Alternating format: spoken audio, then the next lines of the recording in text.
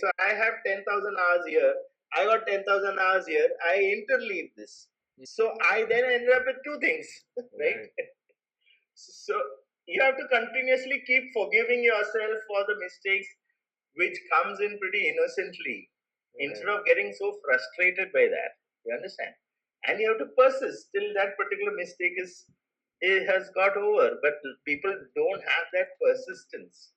They get so bored, or they get frustrated, or they take it on to themselves. Many people who use software, they get not only get frustrated, they feel inferior. I must have done something wrong. That is why the software is not working. People actually feel inferior about themselves because something went wrong. I said, are you crazy? That's not a human. It is not casting aspersions on you. Okay.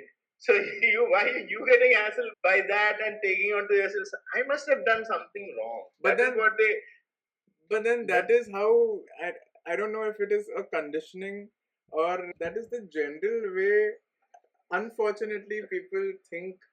Yeah, actually, it is pretty deep-rooted psychology. I do think it is because of a lot of it is because of conditioning. There is a wonderful talk by, I think her name is Brené Brown. Okay, yeah, it's a TED talk, and she talks about the difference between guilt and shame. Yes. Okay, and that is a very nice insight. So what happens is people mistake guilt for shame. Welcome to the Mixed Emotions podcast. This is your host, Mihir Oak. Welcome to the Mixed Emotions podcast, where we talk about everything being context dependent. There is nothing black and white. We take a lot of decisions for granted and we do not take into account the number of decisions and number of iterations that have gone into making the said decision. And that is what we want to talk about: journeys and failures and iterations. Today's guest is Sabu Francis. He is a master architect. He graduated from IIT Kharagpur in 1984. He then went on to work with Mr. Hafiz Contractor. If you don't know who that is, then I will put in some links and you should definitely Google him. He has architected some crazy buildings in Mumbai and across the world. He went on to write his own software on architecture.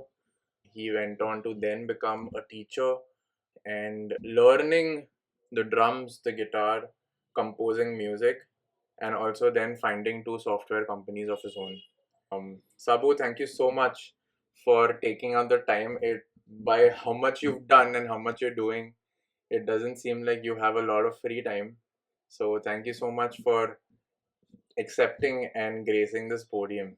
How was it? How was it working with Mr. Contractor? Back in the day, you described that you were one of the early associates to join him, and then what was his influence like? Yeah, so that was pretty, fortunate that I came across Hafiz. And I joined Hafiz when he was a very small company. Just 8 people were there. Right. So I was the 8th person in the office. And possibly at that time, I think I was the youngest to join. You were a Amongst fresher. all the other people, I think I was the youngest. It was fun. It was really fun. Hafiz is a very hardworking, lead from the front kind of guy. All of us were like a big family. He never had a cabin. Even today, he doesn't have a cabin. He doesn't believe in cabin. It's along with the staff. He's got a separate table, all right, but he doesn't sit in a cabin. Whatever he talks, some clients come, everybody can hear if they want to. Right. It was a really good work culture. It was a fantastic work culture. And he had a beautiful set of books. I love reading books. And it was pretty well thumbed. So these books were not just for show. It was very well referenced. And Hafiz is a pretty talented and knowledgeable. I mean, you have to be if you. You have to Yeah, be if you have to receive the Padma Bhushan. Sure. Yeah.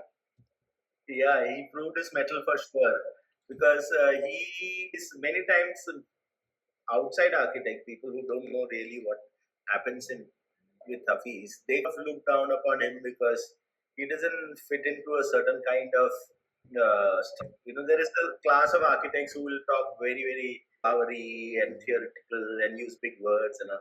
And he's not like that. So he doesn't fit in over there. But they really do not understand. Hafiz is a very knowledgeable guy, and I had a fantastic time. And I became an associate with him pretty soon, actually. Within, I think, 2-3 months of joining, he made me an associate. Wow. And there was furious work going around. It was one of the best times in my life, frankly. A lot of mess, and that was the fun. To clean up the mess was a lot of fun. In fact, I set up systems in his office of working drawings and labeling the drawing correctly. All that was done by me. Yeah, I hope that answers your question. Yeah, does that where the TAD inspiration for TAD or the idea of a TAD come around? Actually, in a kind of a slightly roundabout way, what happened is the fact that an architect's office needs a system of work that became very apparent because Hafiz was one architect who changed the way architecture was visualized. There's a lot of drama and aesthetics and playing with forms and all. It actually started in Hafiz's office. He was one of the few guys. He used to be an assistant to his uncle, who's also a famous architect. Right. That uncle of his expired recently. Name is Karigat. Karigat, yes, Okay. I had read about that. Yes. So Karigat was training. Okay, he trained under Karigat. And Karigat had started this kind of looking at forms of buildings and also he continued that and he became quite good. So that time there was a contrast. On one hand, the buildings were very sophisticated and at least looked sophisticated. Right. But internally in the office, there was a lot of faults and a lot of system was not there. As I told you, I actually started organizing the system in Hafiz's office, how working drawings should be made, how you should title a sheet, and how should you maintain the revision table, and where should it be recorded, and how do you do center lines, and how do you do redlining. There's a process called redlining on working drawings where you indicate which all problems are there in an ongoing project on the drawing. That's called redlining. And how do you store the red line in a drawing so that later on, if there are other collaborators, they don't get confused. So those kind of things was being done. And then at some point, I said that I started getting a little disappointed because I'm also a theoretician in architecture. Right. So I said that I need to explore. So I excused myself, and he didn't want me to leave. And I had a very unusual exit. I really do not know when I exited Hafiz because when I was leaving, he said, "Okay, you continue as an external associate for these projects." So I had left the office, but since Hafiz had requested me that okay, the 2-3 projects were there, I said, "Okay, fine, I will attend to it from my separately without coming to your office." So I really don't know when I moved out of Hafiz. It was like a gradual phase. So that time I started a lot more deeply to think about how do you systemize an architect's office? How do you put a system into an architect's office? And this was in 87. Okay, when I started my own firm that time, 87, and I started thinking that architecture scene is changing a lot. Okay, the cusp which was going on. Okay, before Hafiz, it was people made buildings with window. That is what the buildings use. They are boring stuff. And Hafiz came and disrupted all that. Yeah. So he had window here, and the next window will be here, and the third window will be there, and then he will do some elevation treatment and put some tiles and all kinds of things. But there was no commensurate system to handle all that. Okay. So on one hand, architecture was getting more and more intricate. I won't call it sophisticated, very intricate. But we were still saddled with very ancient systems of working. Yeah, so that is how I started thinking about that there has to be a system. And there was another angle to it. I am not from a rich family or a connected family or anything. Right. So when I started my office, I could not afford to employ other architects. I didn't have money for that. Right. So all I got was draftsmen to work for me. Draftsmen? draftsmen, drafting. Right. Okay, so they are not trained architects. They just know how to make the technical drawings. So I started thinking that an architect really does not sit in his own office because he's chasing clients. He's at He's the an construction entrepreneur. site. You're a one-person agency. You become an entrepreneur. You're doing everything. You become an entrepreneur whether you like it or not. So you are actually safeguarding the existence of your office, right? You have to get your bills paid and you have to pay the electricity and whatnot. Yes. So you're running around and then you have only draftsmen in the office. Right. And they don't know architecture. And I felt that I am being very insincere to my own design. Right. So I am trained as an architect, not as a manager and to run after bills and all, right? Yeah. And so that also was a very big part of saying, okay, hang on, if I don't have a system of working, how the hell do I, do a good of being an architect, being sincere as an architect? Yeah, this was the genesis of how that came up. So by 87, I realized, in a few months actually, my first computer I remember I bought, I did not know anything about programming, nothing. Though I'm from IIT, and we did have one course on Fortran in our final year. Yeah. Which when I look back, it is amazing because nobody really teaches programming in other colleges in architecture. Okay. So it was quite a surprise for me that that when later on I realized we kind of you have to learn programming, you learn. Right. So that was my only short experience about programming. And I quickly realized that existing software, those days AutoCAD had just started. Okay. So AutoCAD was the leading drafting software, but it had not come into architects' offices. Right. Those days, this is 87. Okay. AutoCAD actually came in 82. Right. Okay. Yeah. You went from not knowing how to code to building your entire software on architecture in a language that I don't think, if I say the word, nobody is going to know what it means. And it also has features that you said that it was first AI driven back in the day, right? So a couple of things. One is that how much time did it take for you to make the software? And number two, the way that AI is being built right now, do you think that is the right way of doing it, or would you do it differently?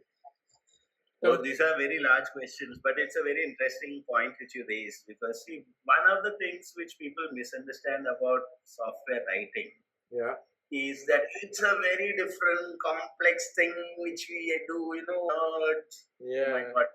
This is such a crazy myth. It is pretty equivalent to, there was this story about, I think, Steinbeck. Okay. Steinbeck, he wrote Grapes of Wrath and work on a typewriter. Okay. And he used to sit and put a paper into the typewriter and start typing. He had a pretty disciplined way, and then he used to get frustrated. So he'll take the paper out and crumple it and throw it off, and then put another paper. Now, if somebody were to watch him from outside, they'll say, "Oh, you're obsessed with typewriters."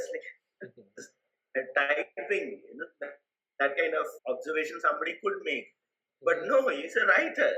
Right. Okay, he's a writer. He's writing. Right. Okay. And for the writing, he needs a typewriter. So similarly, my act of working on a computer to do programming, I didn't consider it strange. Okay, that you're doing some other field, you went away from being an architect and then you went into software writing, and that was crazy. So you put people on a pedestal for no rhyme or reason. I am suffering from some serious problems. I cannot afford architects. I'm not spending much time in the office. I need to systemize the way of working. It's all very practical. And also, I needed to have a system which is where it became pretty theoretical also, not that it was not there. Right. So I got into it with, thankfully, that there was nobody whispering on the side of behind me, "Oh, you're doing something very complex. You're doing programming, oh God." And I started with a language called C. Okay. Oh, okay. And I got in the C compiler. It was called Turbo C. Yes. And I wrote my very first version was in Turbo C. And then I started realizing in that Turbo C manual, there was a reference to another kind of language called Turbo Prolog. Okay. And the way that introduction happened of that language was pretty interesting. So I said, wow, this is an interesting thing, Turbo Prolog. So I got involved in Turbo Prolog and I switched from C to Prolog. But Prolog is its own language. Prolog is an entirely different language and it actually doesn't work like what you see. There are two broad classes of languages. Yeah. One is called imperative languages. Imperative languages and inside that category of imperative languages, there are what is called as procedural languages and languages which are procedural and object oriented, and all these sub-classifications are there. But there's another class of languages which people do not fully understand. They're called declarative languages. Okay. And Prolog is one of the, you can say Prolog is probably the starting point of all declarative languages. I don't know. I'm not really sure of that, but I think it was. So declarative languages work very differently from imperative languages. In an imperative computer language, it's like holding a child by the child's finger and say, do this and do this and do this 5 times. So you just hold that fellow's hand and then give instructions. In fact, there is a concept called an instruction pointer inside computer language. Yes. Inside imperative language, where the programmer has to visualize where is that pointer, where is that finger in the way that code executes. Right. Okay. But in declarative languages, nothing of that sort happens. In declarative languages, in Prolog especially, what you do is that you set a goal. Okay. You say, I want to check whether is this goal achievable. How you do it is your problem. Okay. I will explain the logic of this particular code. And the beautiful thing about Prolog is that it actually came from a branch of mathematics called predicate logic. Okay. Where you break down the problem at hand in a very human manner. For example, say you are in Santa Cruz and you want to go to Chembur. Okay. So your overall goal is to assume that you are already in Chembur. As the crow flies. Okay. If you can be efficient. Yeah. So you start by saying that I am in Chembur, and then you say I am in Chembur if first situation is I've reached Chembur. Okay. Then the next thing is and I have reached Chembur because I use some transportation to reach there. Okay. And then you say I am using some transportation if I happen to be in a DEST bus, or if I happen to be in a car, or if I happen to be in a taxi. And so you start breaking down the overall goal to sub-goals. And then you put all that stuff into the computer, into the language. And the language scratches its head and say, okay, is this guy going to be in Chembur? Okay. And it works out all the required pathways to reach there. So it is a... So what you're saying, like if I can summarize, what you're saying is that you don't have to worry about a lot of the things that, like, you don't have to hard code anything into the software because the language will take care of the logic building as well. Yeah, and logic building is yours, but the mechanisms is the computer's. Okay. So you build up the logic. You say that I do not really know whether I will actually reach Chembur via car or by taxi or by DEST bus, because it may change from one situation to the next situation, depending on the context. Okay, that day there was a bus strike, DEST bus strike. So obviously you cannot reach Chembur from Santa Cruz via bus. So in that particular case, when that program is run, it is going by Uber. Right. So what happens is you are not saddled with in imperative language. The word imperative means that some kind of insistence, right? When you say it is imperative that you must do this, that's what we use in English, right? Yeah. So imperative languages, the programmer dictates that the computer has to do it the way I tell it to do. Correct. That's it. Correct. Whereas in declarative language, you just declare your intention, your goals. Okay. And therefore, what they found, actually, Prolog is a phenomenally terse language. Okay. It's mind-bogglingly terse. What they say is that if you write some code in Prolog, it is probably about 1/100 the size of a C program. Okay. So you're not involved in things like pointer assignments and free the point and release memory and allocate memory and all the stuff which a computer has to do in imperative languages, in C especially. You have to tell each and every little thing, take this bit and put it in memory, keep it there, then release the memory. So you are very imperative about what that computer program has to do. Right. Prolog, on the other hand, does not do. You are not involved in that. It does everything, of course. But then So why? I got involved in that. But then deep into programming. why do you think that people don't use Prolog as much as they use C? That is a broader question actually, because Is it more on it marketing? is like saying that why didn't Pankaj Kapoor become a better known actor than Shah Rukh Khan or something like that? Is it really that way? Sorry? Is it really that way? Is it? Actually, I'm probably oversimplifying it. That does happen. There's a lot of faddishness in everything. Yeah. Okay. People tend to follow a particular guru way of a person. Yeah. Fair. A way of thinking, because everybody happens to be thinking like that. So there was a period when people are all talking Java in programming. Then there's a period when people are talking Python the whole time. Okay, probably your office must be talking about heavy on Python. Yeah. There's some other people say Ruby on Rails is the thing. And so this kind of Shah Rukh Khan versus Pankaj Kapoor or that kind of thing happens everywhere. Okay, we are all hero worshipping something or the other. Uh-huh. But beneath that, really speaking, there are other things also. The problem with computer science, I don't call it problem. The point about computer science, which people do not realize, is that computer science is largely the youngest field in that entire set of fields which are there. Correct. You take mathematics, physics, biology, chemistry, my own field, architecture. Yeah. Architecture is the oldest subject by far. Okay, there is no subject older than architecture, because we are the naked ape, right? And we walk on two legs. We are the frailest animal. Yes. So unless we ensconce ourselves in some kind of environment, we'll die. Correct. We'll simply die. So even 3 million years back, when the Homo line of species, Homo habilis and Homo erectus, and then later on Neanderthals and Homo sapiens, we simply had to have architecture around us. Yeah. So architecture is a mind-bogglingly old field. Yeah. And compare that with computer science programming. Computer science, there are some parts which goes into maths and logic and all, which obviously is ancient. But by and large, computer programming is about 80 years old. True. So if you start from Alan Turing's time, that is 1944 or so. So that is 56 years and now 24. So you add, that's 80 years. So we are just 80 years. This subject is just 80 years.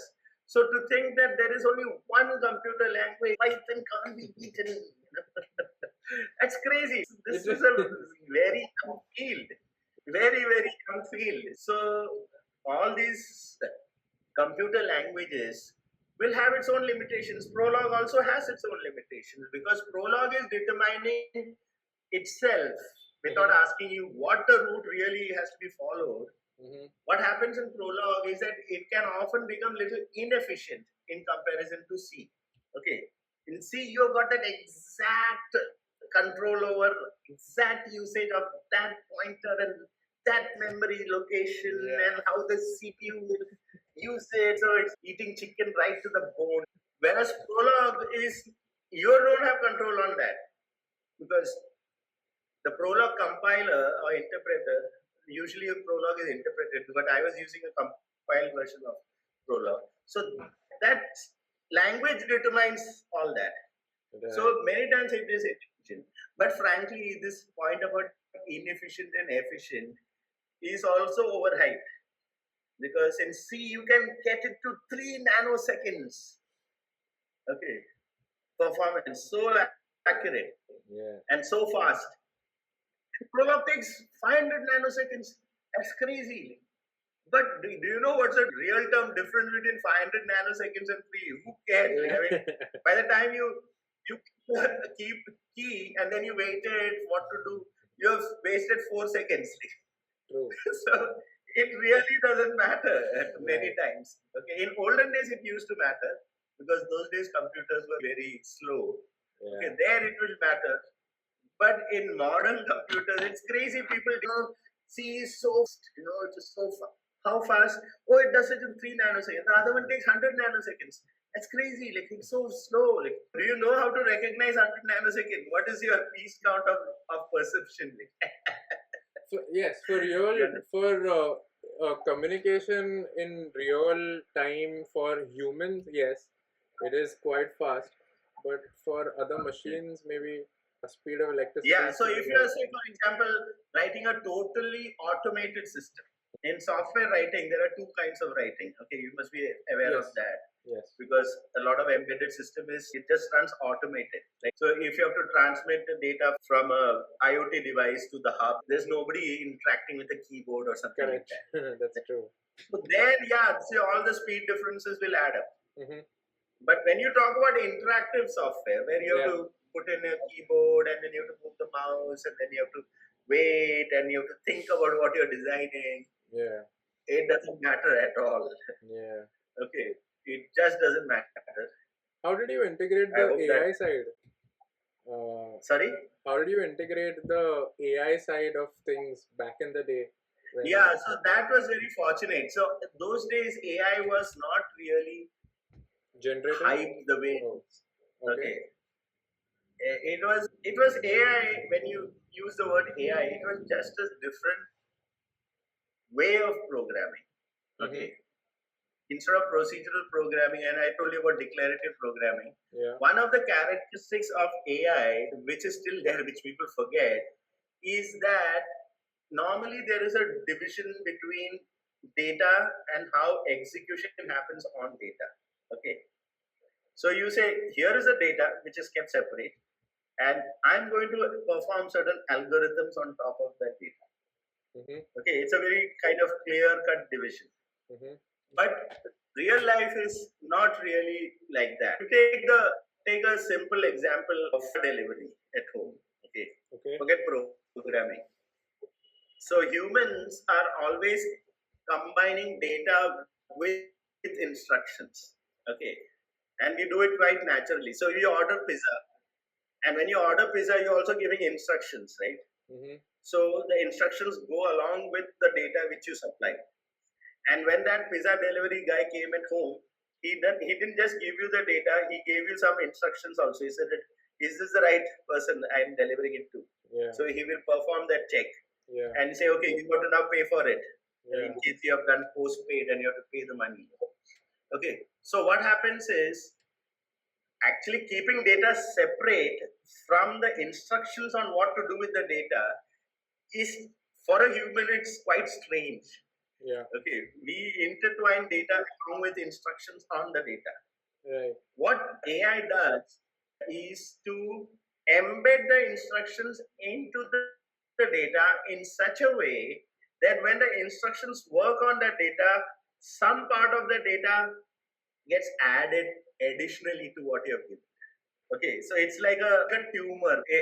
So you seed the data, then you seed the instructions into the data, and on its own, the data which you seeded, it grows because the instructions generated more data for it to grow. Right. Okay, and this is very tricky actually, because just like a cancerous tumor, it can go blooming and it go into a loop, and suddenly your whole thing can explode. Okay, so there is a technique. You have to figure out what is the way by which you control it in a manageable manner. So what happens in AI languages those days was it used a branch of AI which is now called symbolic AI. Okay. That is, AI has got two broad divisions. One is called symbolic, the other one is non-symbolic. Okay. So symbolic AI does all these building up of code, building the data kind of thing, because the code becomes aware of certain symbols which are embedded in it. Okay. Now, what does that mean? Suppose I draw some squiggly figures on something, you cannot read it because it doesn't represent alphabets. Right. So there are two broad divisions: symbolic AI and non-symbolic AI. Yeah. Okay. Now, symbolic AI is saying that you've given me the data and you've asked me to work on it so that I can build up more richness in that data. Right. But how do I know what is there in that data? How do I understand your data? Right. That is the question, right? So you have to deposit linguistic ingredients into the. That's why it's called symbolic AI. Yes. So if you tell an AI system that I need to juggle balls, okay, I'm a juggler. Okay. So the system has to know what is that particular symbol which you use for that ball. Yeah. Okay. Then only that thing can do something with it, right? If it didn't understand what is a ball, what it will work on. Right. So it's a pretty obvious question. So what happened in those days? This is in the 80s. In fact, symbolic AI discussion started from 50s. Okay, 50. AI is actually quite an old subject. So okay. AI started in 1954. Okay. In a conference, I think Dartmouth, Claude Shannon and forget the others. I think the guy who invented the Lisp computer language, I think he was there, and I forget his name. John McCarthy, I'm pretty sure was involved in Lisp. Claude Shannon is like a big guy in information theory. Okay. And Marvin Minsky, a bald guy like me, and he reminds me of Dr. Spock of Star Trek.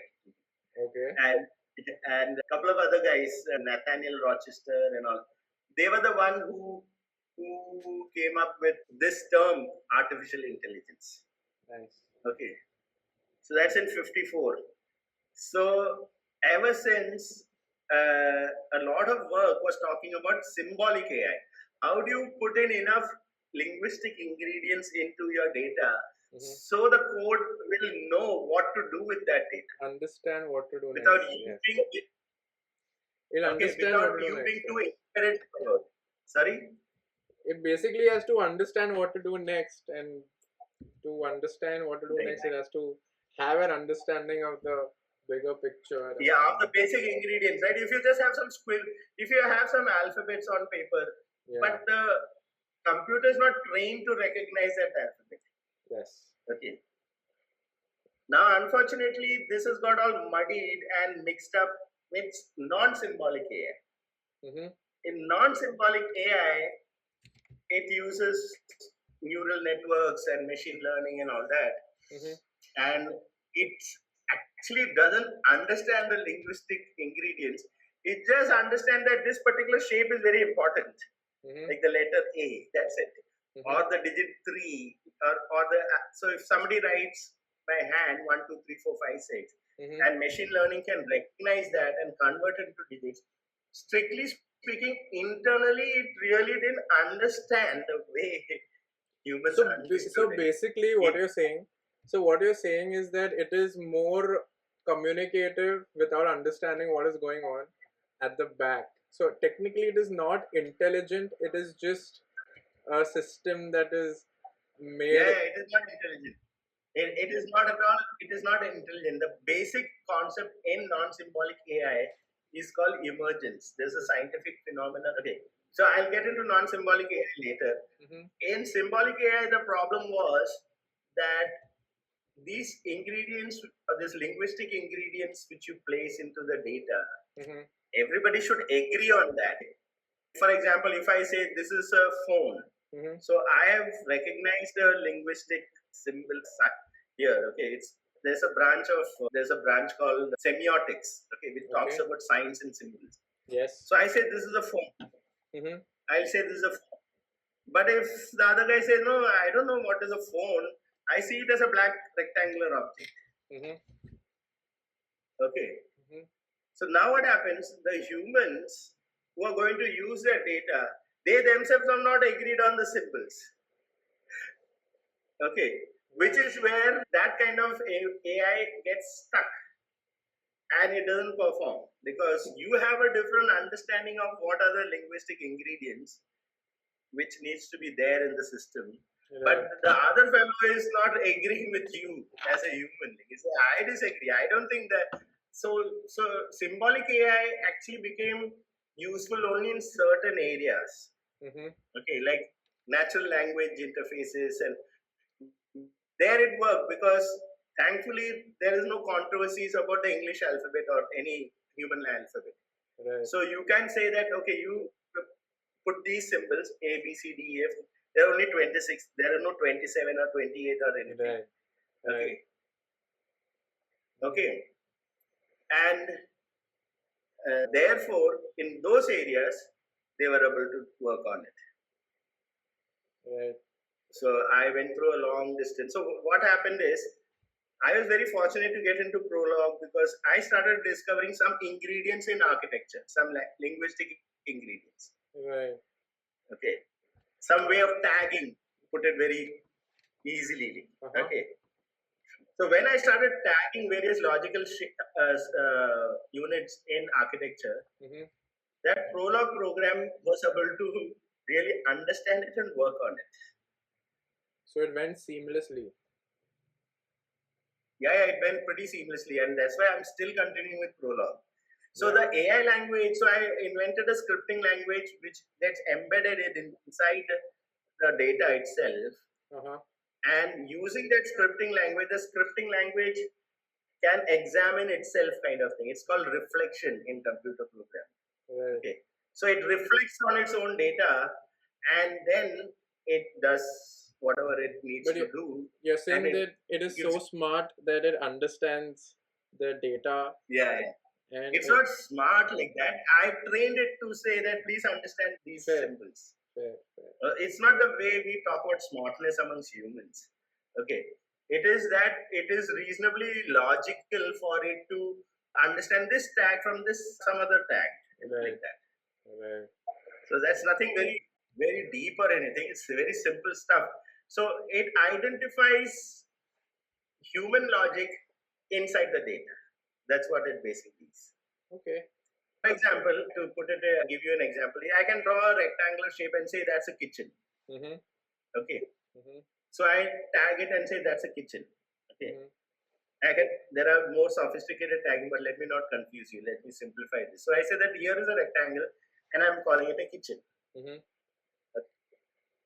Then what happens, as I work through the design, I change the shape of that rectangle. Okay. What does a Prolog based program do? It's not going to get hassle. It's still a kitchen only because you said it was a kitchen. The shape happened to change. Yeah. Okay.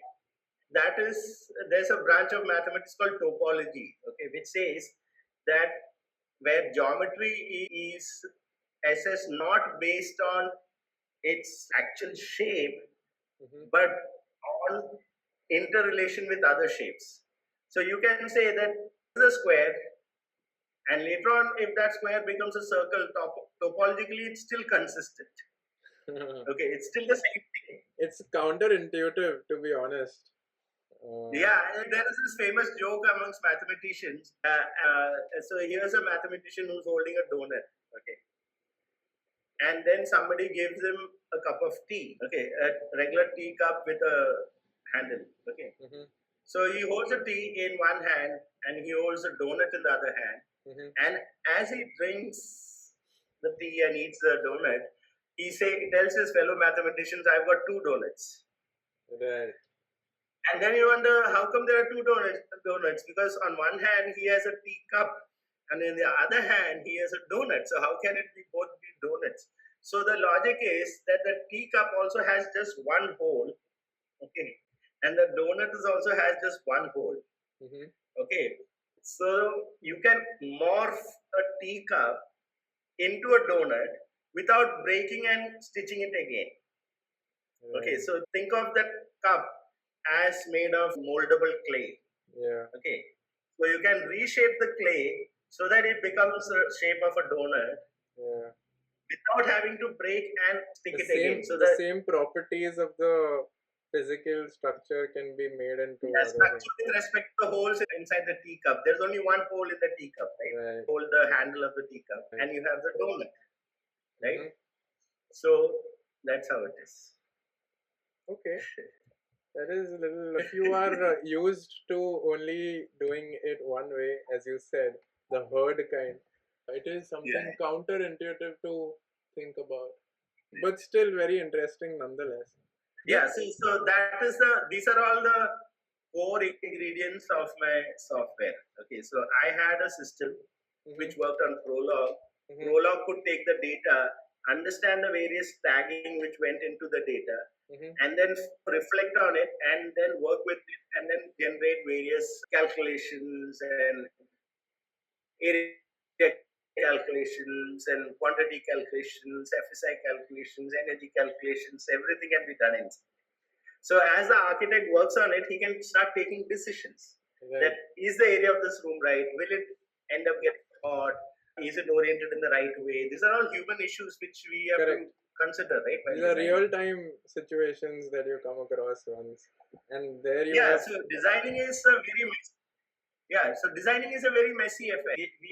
We can't, it's not like manna drop. Okay, here is the design. Boom, here it is. Go take it. You have to work have you seen a potter at work? There's a spinning wheel and there's a lot of clay and this clay flies around and there's a lot of dirt and mud. And in that movement, as the potter works, that pot emerging, right? So designing is pretty messy. You have to discard things which you had initially added. Okay. So it's not an easy thing. And you still have to manage. You have to keep checking. Is it reaching the objective which I want? I'm not being too verbose. No, it's not. See, actually, I had this question that I written down, and what I observe in the way you speak is that lot of the things that you do and how you program is derived from natural behavior of how people think and people do. Now, do you think that the current way that computers are computer architecture, software architecture, how much does it derive from real world, how buildings are made? Because that's a very interesting point. There's a lot of connection between computer science or the architecture of software with architecture of building variety. Because technically, if you think about it, it's space, and then you're filling it up with things that you want to, and then it needs to be efficient. There's actually a lot of connection. One of the things which computer science guys just don't get it is that many of them are so blinkered into their Python programming and whatnot. They have not actually looked around on how we humans have organized knowledge. Libraries. Okay, so for example, in your room, I can currently see behind you some photos framed on the wall. Yes. Okay, so when you come into the room, you have some pegs, some ideas, some footholds of some memories which you have stored there. Correct. Who stored it for you? It's the space which stored it for you. Yes. Right? These memories, if this room was not there, poof, you are not in the room, you are in a field. Yes. Okay. You're out in the field and suddenly your pegs to how to remember things is all gone. Because now you're in a very natural environment. The moment you have put yourself into a room, okay, you have given chance for information to get organized. Okay. So there's a very deep connection between information organization and knowledge organization in architecture. People think architecture is just lots of jugglery with beautiful buildings and beautiful looking forms and all. That is actually a very minor application of architecture. The real application of architecture is to reduce your information overload. Okay. Why do you feel comfortable at home? Because it is familiar. You don't get a surprise. You don't open a door and suddenly you're out in a field. Next day when you open the door, you're at the top of a mountain and you're going to go crazy trying to orient yourself. Okay, so everything is very familiar and each room subdivides the mountain of information which is there in your house. No, so we were talking about the inspiration of architecture into computer architecture, software architecture. But this part which I just explained, not many computer software developers really visualize it like that. Yes. Okay. Yes. They don't break down their problem like this. Correct. And I want to know that should there be a small portion of architecture involved in computer science, not from the software architecture perspective, but how do you think about space first and then put that into how a system should be designed versus how it is currently being anyway designed? Yeah, so there is, like I told you, computer science is the youngest field. Correct. Okay, and all these discussions about how software out to be written and how do you take lessons from my kind of architecture, right, and how knowledge gets organized. One of the strangest thing which people don't realize is that a lot of computer guys think that they are the one who talks about knowledge management. Okay. But what were we doing before computers, where we all like without any knowledge whatsoever? So those days, people will say, no, knowledge was deposited in the printed form as books and manuals and all that. Right. Then the question is that, hello, books came in, I think, what is that guy who invented the printing machine? Press, yeah. Okay, and that came around 1440 or something like that. So you mean to say before 1440 there was no knowledge? So really speaking, knowledge organizing was always done by architecture, right? So when we made a village, when we made a town, houses or rooms inside the houses, what we were doing is that we were reducing the load of information we have to carry around in our head. So when you are in your house, you know that the bed is in the bedroom. You will not search for the bed or the pillow in toilet. Because you know that it is logically inside the bedroom. The pillow, and probably the pillow cover is stored in a shelf or a cupboard in the bedroom. Really speaking, knowledge management is very intricately connected with the history of real world architecture. So when you're got into a village in Europe and then it's sunset time and you saw a building with a cross on top, a silhouette of the building in the distance, that's a church, right? Okay.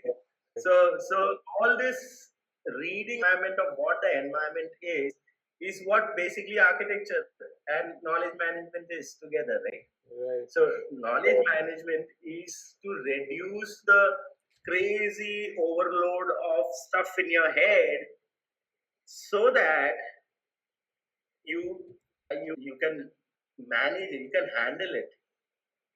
I'll give you a simple example. If you were to shift your house, okay, suddenly you find pretty disconcerting because everything is stuffed into that packaging truck.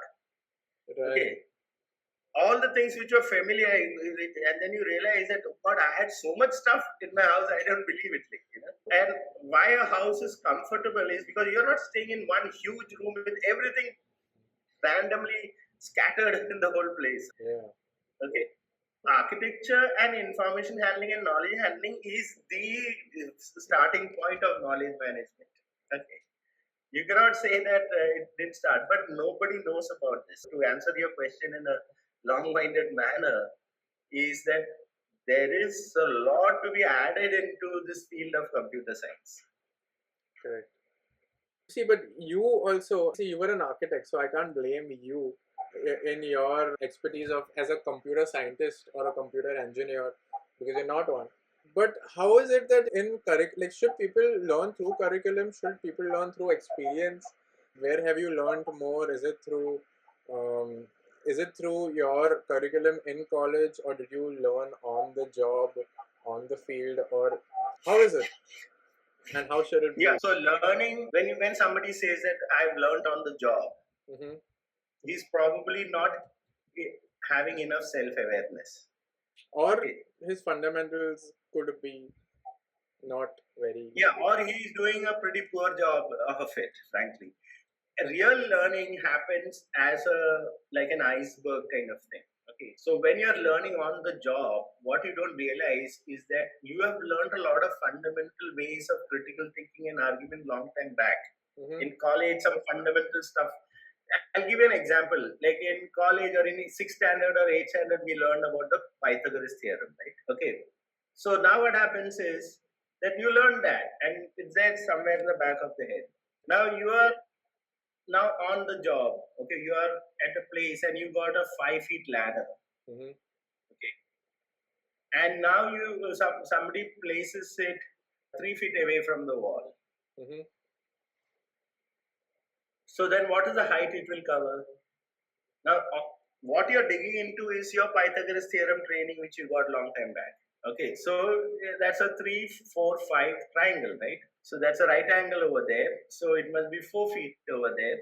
If I have a 5 feet ladder inclined on it, which is kept 3 feet away, so the height it will climb to is 4 feet, right? 3, 4, and 5, right? 3 squared is 9, and 4 squared is 16. So 9 plus 16 is 25. Square root of that is 5. Yes. So the height is the ladder, right? Yes. So now somebody may say that I've learned on the job. Okay. No, you've not learned on the job. You've actually connected something while learning on the job, something which it is very deep inside you. So a lot of people who think that you don't really need education and all that, and I'm just a 8th standard pass or 10th standard pass, and I become a crazy nerdy programmer and whatnot. Eat that with a pinch of salt, frankly. No, it does add a lot of experience in terms of real world situations. Like you're not going to be in your college or in your school all your life. There is going to be that is true. That is always true, right? It has got its own beautiful place in the universe of knowledge. Okay. So there are and practice also. There is Sorry? Academicians, the people who give us that training would say that, and I would also agree that if you could, like anybody who learns, like this is the Feynman technique of communication and teaching, which he says that if you want to understand a process, you should teach it to somebody, because in a classroom of students. That is true. That is true. Yeah. So I agree with that. The best way to learn something is to teach that subject to somebody else. Yeah, that's right. Because you're forced to then establish those connections. He said that the person who learns the most in a classroom is not the student; it's always the teacher. I teach because of that.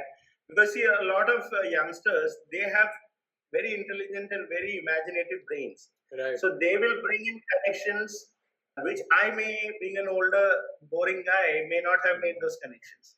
Right. Okay. And so there's a lot of mutual epiphany which happens. Okay, between a teacher and the students. So the teacher is bringing in examples and connecting, and the student raises a hand and points out something, and it gives you a whack on the side of the head that you probably didn't look at it like that. Correct. Because a lot of innocence comes with a lot of intelligence comes with innocence. Because you're very innocent about things, so you will ask that question. Yeah. And the teacher then gets forced to think about it and give an answer for it. Yeah, absolutely. It is a very enriching process, provided you know that's a process. Yes. Provided you are also able to think in that manner, and then you allow. And you are able to really enjoy the to and fro which is going on between the students and the teacher. True. I came across one talk of yours where you mentioned dens. Yeah.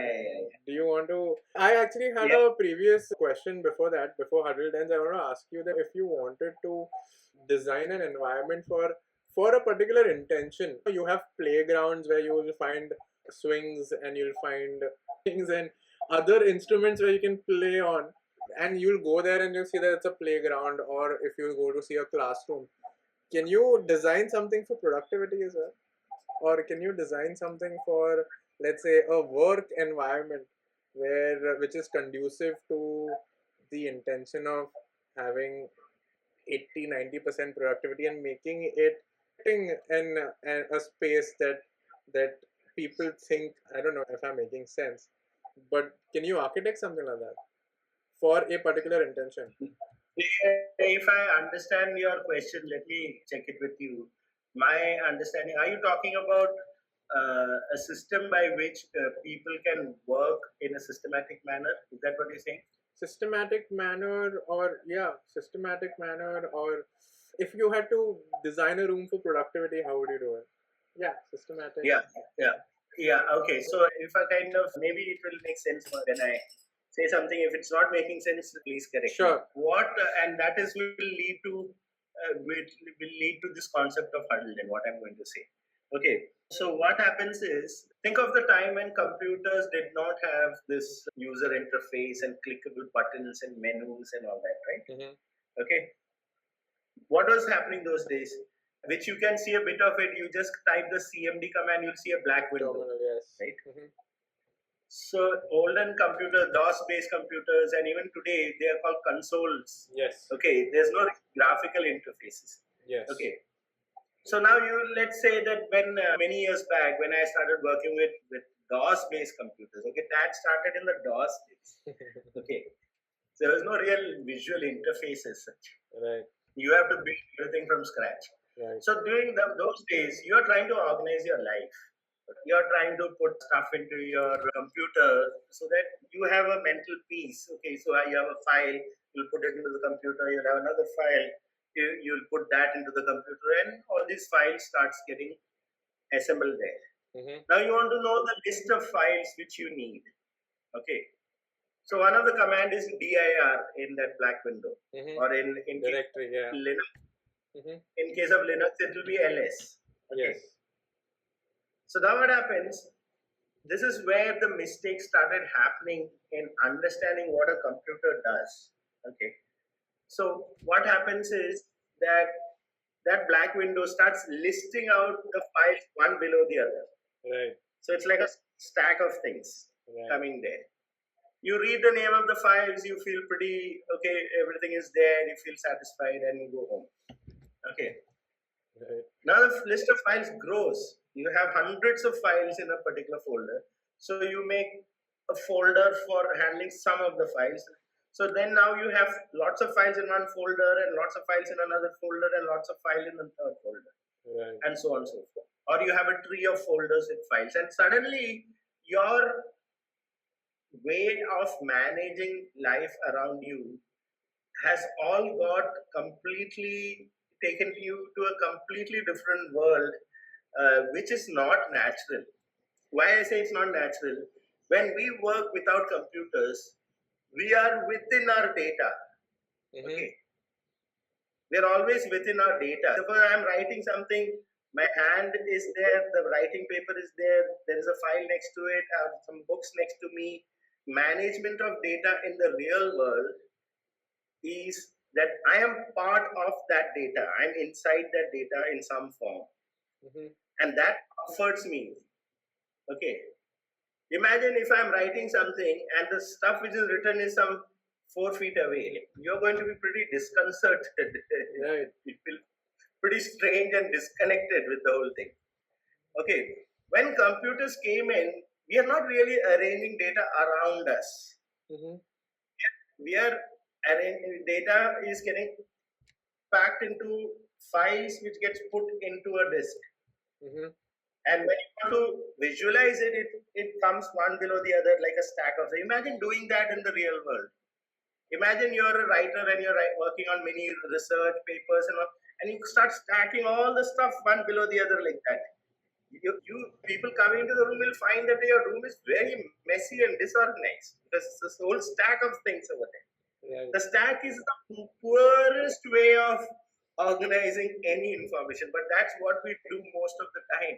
Right. We stack one below the other, and this corruption of understanding has led to all the modern interfaces. You have a typical database flow. You have record one below the other. You have emails. You have email one.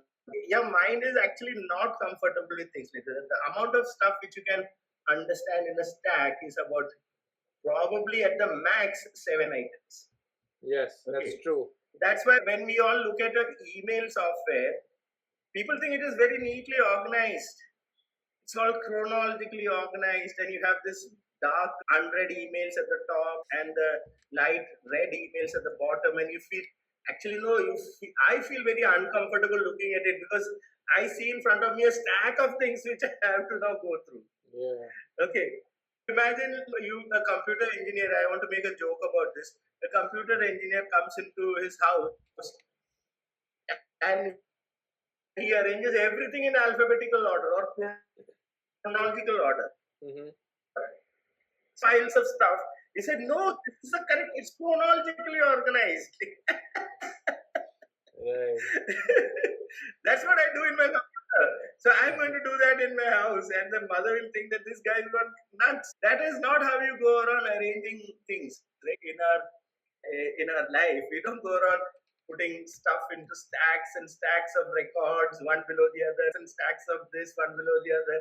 I mean, the amount of stack-based interfaces are so, what do you say, endemic to this. So what from what I'm getting, and I'm not an expert in any field, but I see that as much as we can take inspiration from the way nature does it and from the way we do it, from human behavior, we should try and replicate physical behavior as well, and then create not replicate at a very superficial or visual analogous level.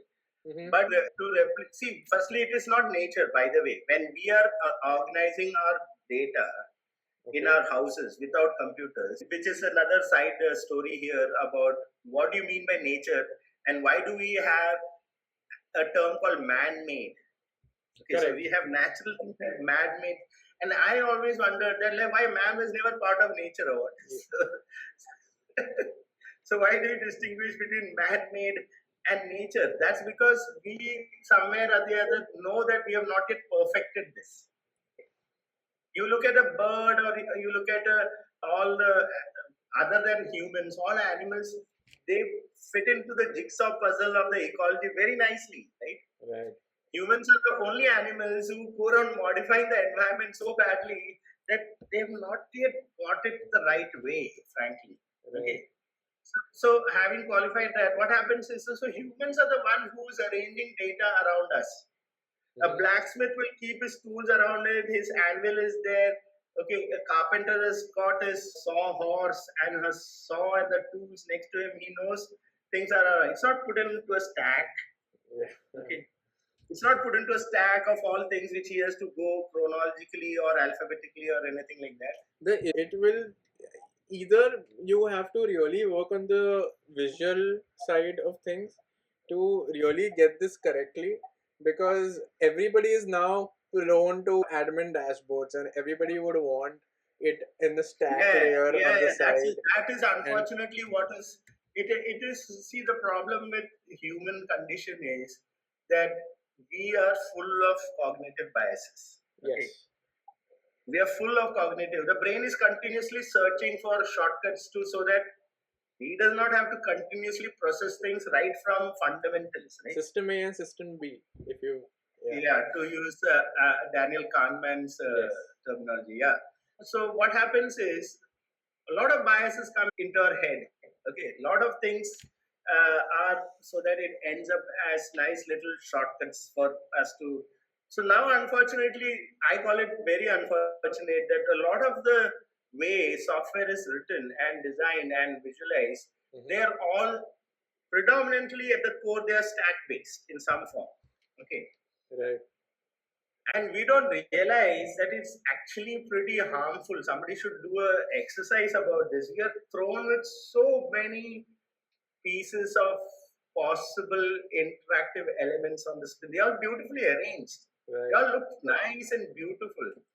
But really speaking, it takes a fair amount of time to know, okay, this is where you look at, say, classic example is architecture software. Okay. You take AutoCAD, you take Revit, all these guys who have written such software, they've got crazy amount of options with toolbars and menus, and they're all stack-based. Okay. And by the time you start realizing that these are all the things available to you for the functions which you need to perform, you have spent a lot of time grappling with that software. You understand? Right. So unfortunately, these interfaces has ended up itself as a cognitive bias. So people expect software to be written like that. Correct. That is what I was going to come to next. That there's a big human element to the UI. It's UI and UX. It's user. Yeah, so this UI and UX, they have, I sometimes feel that I should shake their heads, hold their shoulders and give them a good shake. And Right. say, do you know that we have interfaces which you work with every day, which is a piece of architecture which you interact with, right? Yeah. When you come into a building, you don't have to be told where is the entrance. You don't walk into a window and then try to climb into the building through the window, right? Yeah. Okay. This is where I can figure out where the mouth of the building is. I know where to enter. I don't have to even ask. Right. Okay. And I know where to go because there are wayfinding mechanisms inside that building, if it's a properly designed building, that is. And so this interfaces of how you derive value from the world around you is actually a much, much more deeper intuition. Yep. Okay. And which we know every day, daily. I'm not going to go to a room and I'll see small little tiles which is white colored and glazed and there are some tabs. And then I'll say, okay, let me sleep there. This seems to be convenient. No, you will not do that because that's a bathroom. Right? Yeah. Yeah. So the environment around you tells you what you have to do there and what value you can get there and what knowledge you can organize there. But this form of interfaces, a lot of these so-called UI UX guys have got no clue about that. Like we are actually perfected symbolic elements arranged around us for thousands of years. Yes. Actually, the good books of UI UX that not good, but the books that I've come across, they talk about designing inspiration of a visual based on the way that furniture designers design furniture or locksmiths design locks and physical objects. Because in the end, whatever it is that you are interacting with visually is first done on a physical level and then replicated on an interface on the web that you will then interact with. Like anything that you want to make smart tomorrow, you just ideally what one would do is just throw a screen on it and then apply UI to it. They'll add. Point being that the start of design does go from hardware to software, in the sense that hardware, the way that this cupboard is designed. I am not sure whether I have actually seen this kind of references. Maybe it is there. I don't know. And I don't know what are the lessons they are deriving. I'm talking about something very simple at a larger scale, not at the level of a lock or a table or furniture. Point being that there is inspiration that is taken, like the visual, like say components, like buttons that you see on your screen on the software side, or a drop-down menu. That is probably a separate discussion about whether that button looks tactile and when you click on it, does the color change or do you get some response saying whether did you click on it, you get the feeling of clicking and all that. Right. Okay, if you are talking about that, yeah, I guess that is inspired by actual physical buttons or a door handle or something like that. I can understand that. I'm not talking about that as an interface. I'm talking about organizing pieces of knowledge in your software. These parts of the like how do you design a menu system? Like today it is taken for granted that you need to have set of menus and you have the toolbars and then you have the main area of work and then you have little icons which you can click and all those kind of strategies are all very artificial as far as the way humans have seen and used interfaces. Correct. So you're saying that it should be more intuitive without there being training. Yeah, that is a goal which everybody talks about. If you look at UI guys, I think there is this Dr. Norman, I think, very intelligent guy and written very interesting book actually, which coincidentally was one of the earliest book I wrote. It's called The Invisible Computer. Don Norman. Okay, so he makes a lot of sense. Basically, what he's trying to say is that the computer itself should disappear. Okay? and you should get to your work rather than get distracted by the presence of the screen and the button and whatnot. So that's an ideal which everybody talks about. Correct. Okay, you use my software, you don't even have to read the manual, you get to know how to use the software, you'll get down to your works. But if I really critically examine almost any software, which in fact even my software I keep criticizing for these kind of things, you are not really driving any lessons from the way we have used knowledge and that did work around us for thousands of years. You are saying that, okay, this is a beautiful software, it's very intuitive, you can make it, the computer will become invisible and you'll get directly to the work without reading the manual. Yes, that's your ideal, but did it really happen? What you really did was give a lot of clever menus and dialogues and buttons and icons and things which you can click and all that. So you are actually got him engrossed in that. Correct. That's actually a good point. Okay. And that itself has taken a life of its own. So people expect you to have buttons and icons and things like that. Put it in references, maybe similar to how AI is being written today, where you are not making it an intelligent system. You are making it, as we spoke earlier, it is not basically understanding what is going on. Yeah, there is a kind of a faint connection there. Yeah, AI has got a similar thing. It is unrealistic to pretend that it is realistic. Right.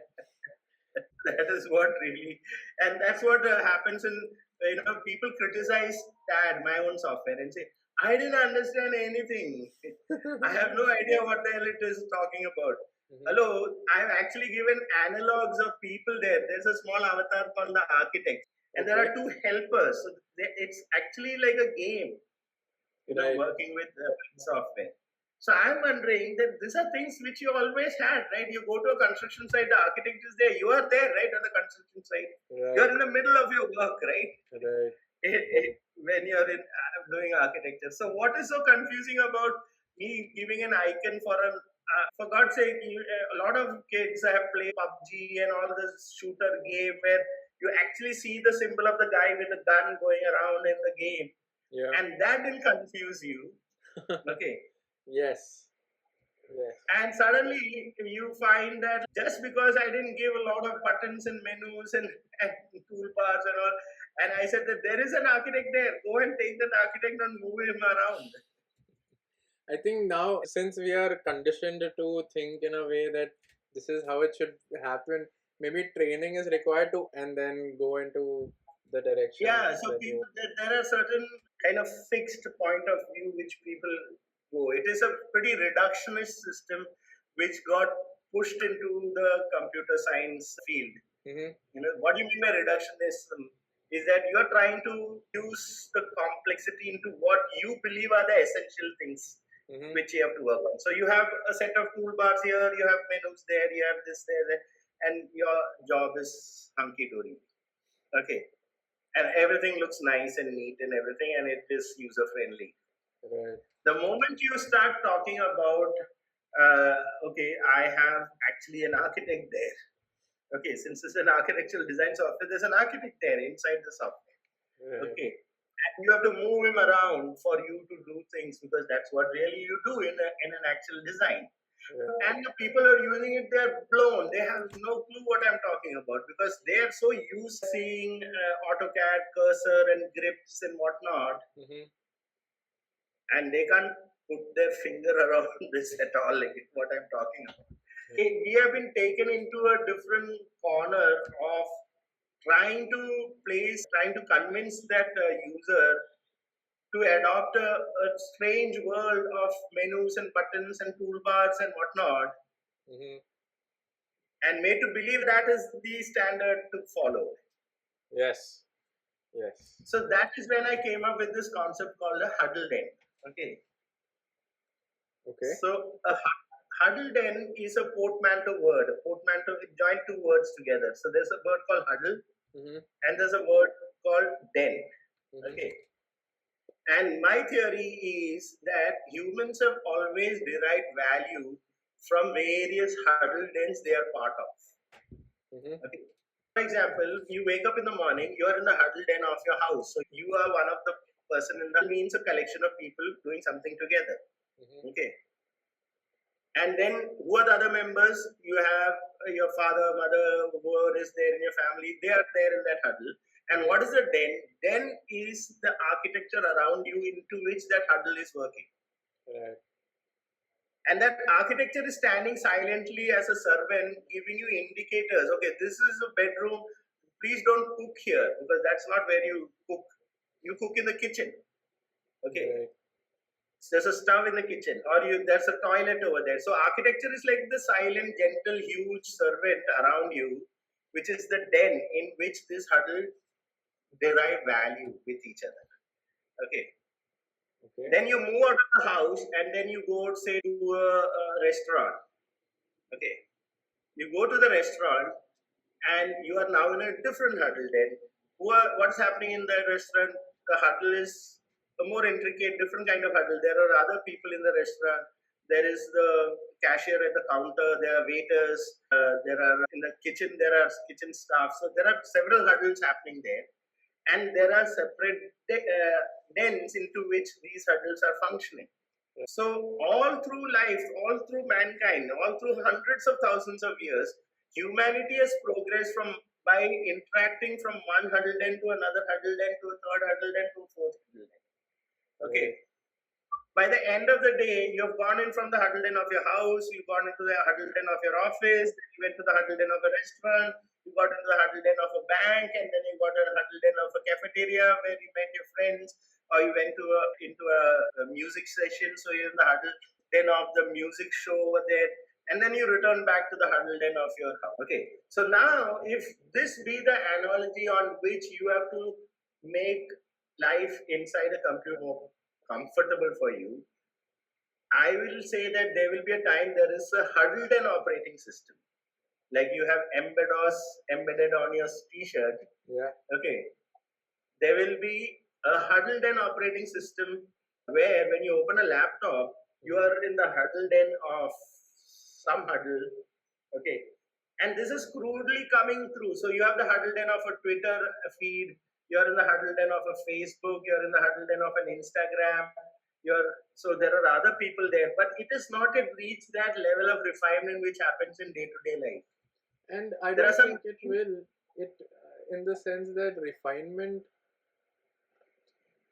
I think we have compartmentalized our way that we to get resources in a way that I don't think refinement is going to happen the way that you're saying it, unless you create an entire. So last few years, I'll clarify what you are probably hinting at. So last few years, there have been some experiments in virtual reality. You put virtual reality goggles, and that is the wrong way to go because there's a whole lot of a separate set of problems which it opens up. Right. Okay, what is happening today that we got so overwhelmed by all this jugglery and visual trickery. So you have meta and talking about meta space and all. No, they should have talked about huddle dens first. Whether it manifests itself into a virtual 3D environment and all is a different story. Or is it a game 2D? I'm talking about 2D games kind of environment. I'm more comfortable. A lot of people are comfortable with that. Right. But they are talking, no, let's go and actually have a visual analogy of the real world, which is completely the wrong thing to do in a company. Not a bad attempt, I would say, in my opinion, because it pretty much brings closer to, I don't need my phone anymore. I don't need my computer anymore, to be honest. It's all with me. I am actually playing it. I'm reading. Now I can redesign my mails. I can redesign the way that I interact with the apps that I create on that.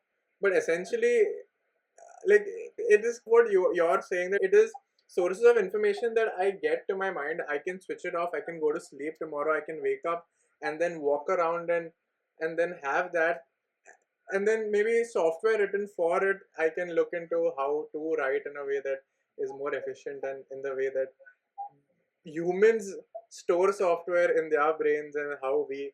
So maybe a study on neuroscience would be a good idea. I think you are getting into all this with a very imaginative way. That is understandable.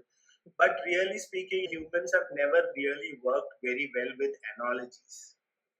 Okay, which is the other side of the story. When you have something analogous, okay, and try to do that. You take flight, for example. Okay, so we saw birds flying and flapping their wings, and we saw bats flying and flapping their wings. And then we thought that, okay, let's also start flapping our wings, and then we will fly.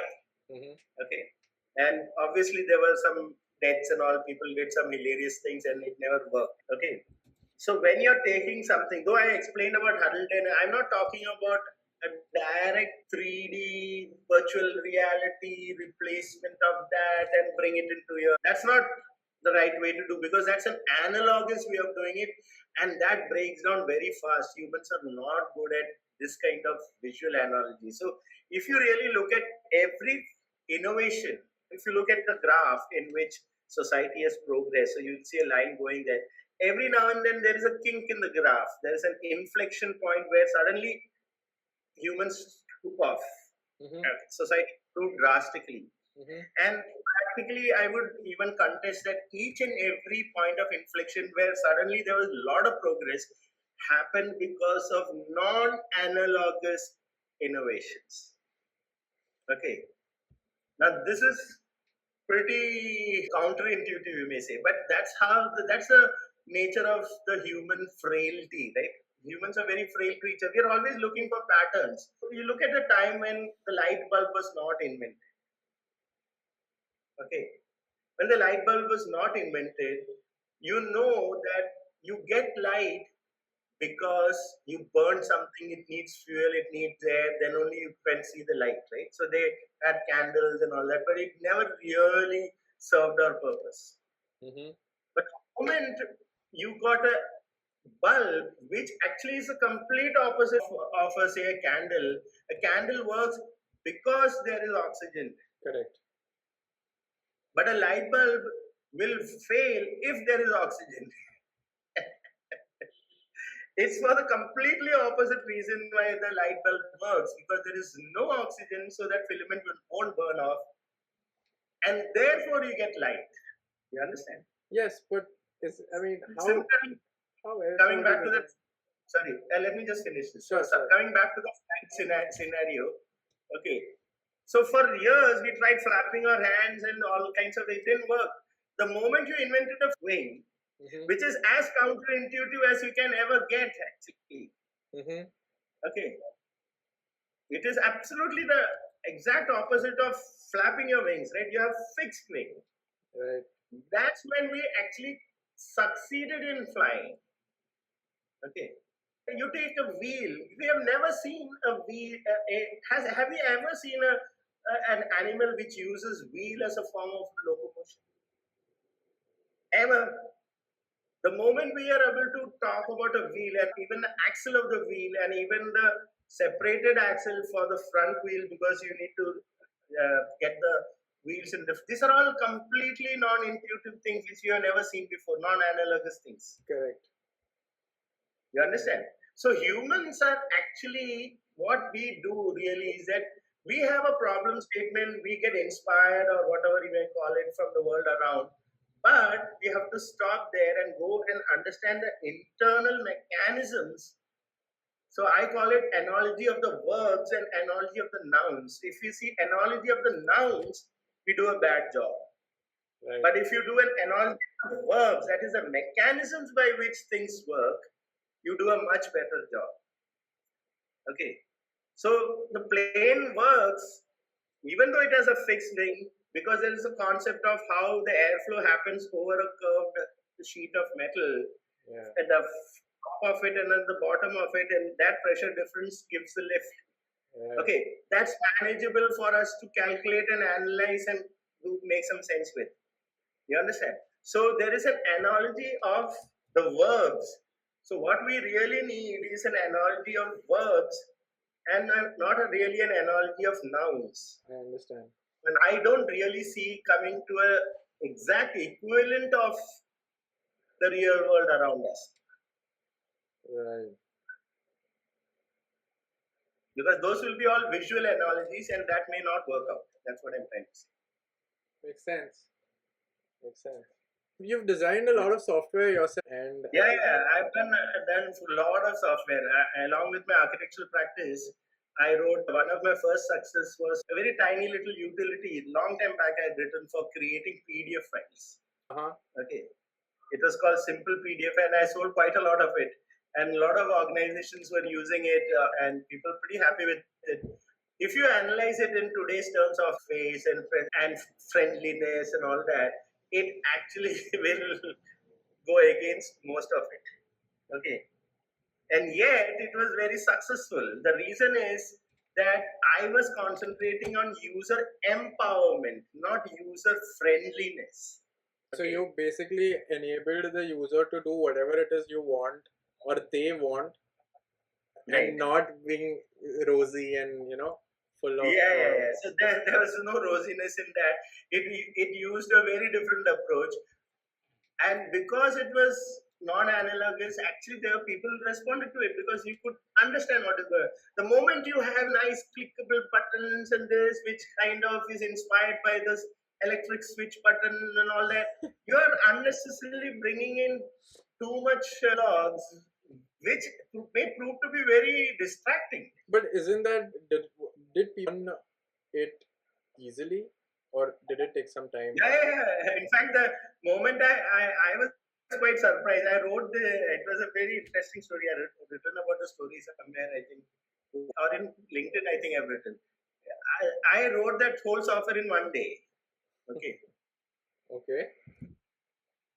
It was a very, what do you say, it was a crazy day. I started early in the morning, read the manual from Adobe about what PDF is. By afternoon, I got a strategy, and by evening, I got the entire thing out. So late in the night, I said, okay, might as well put it for sale. It's useful for me. It may be useful for others. So I wrote a small readme and say, if you like it, you pay me $10. There was no protection, nothing.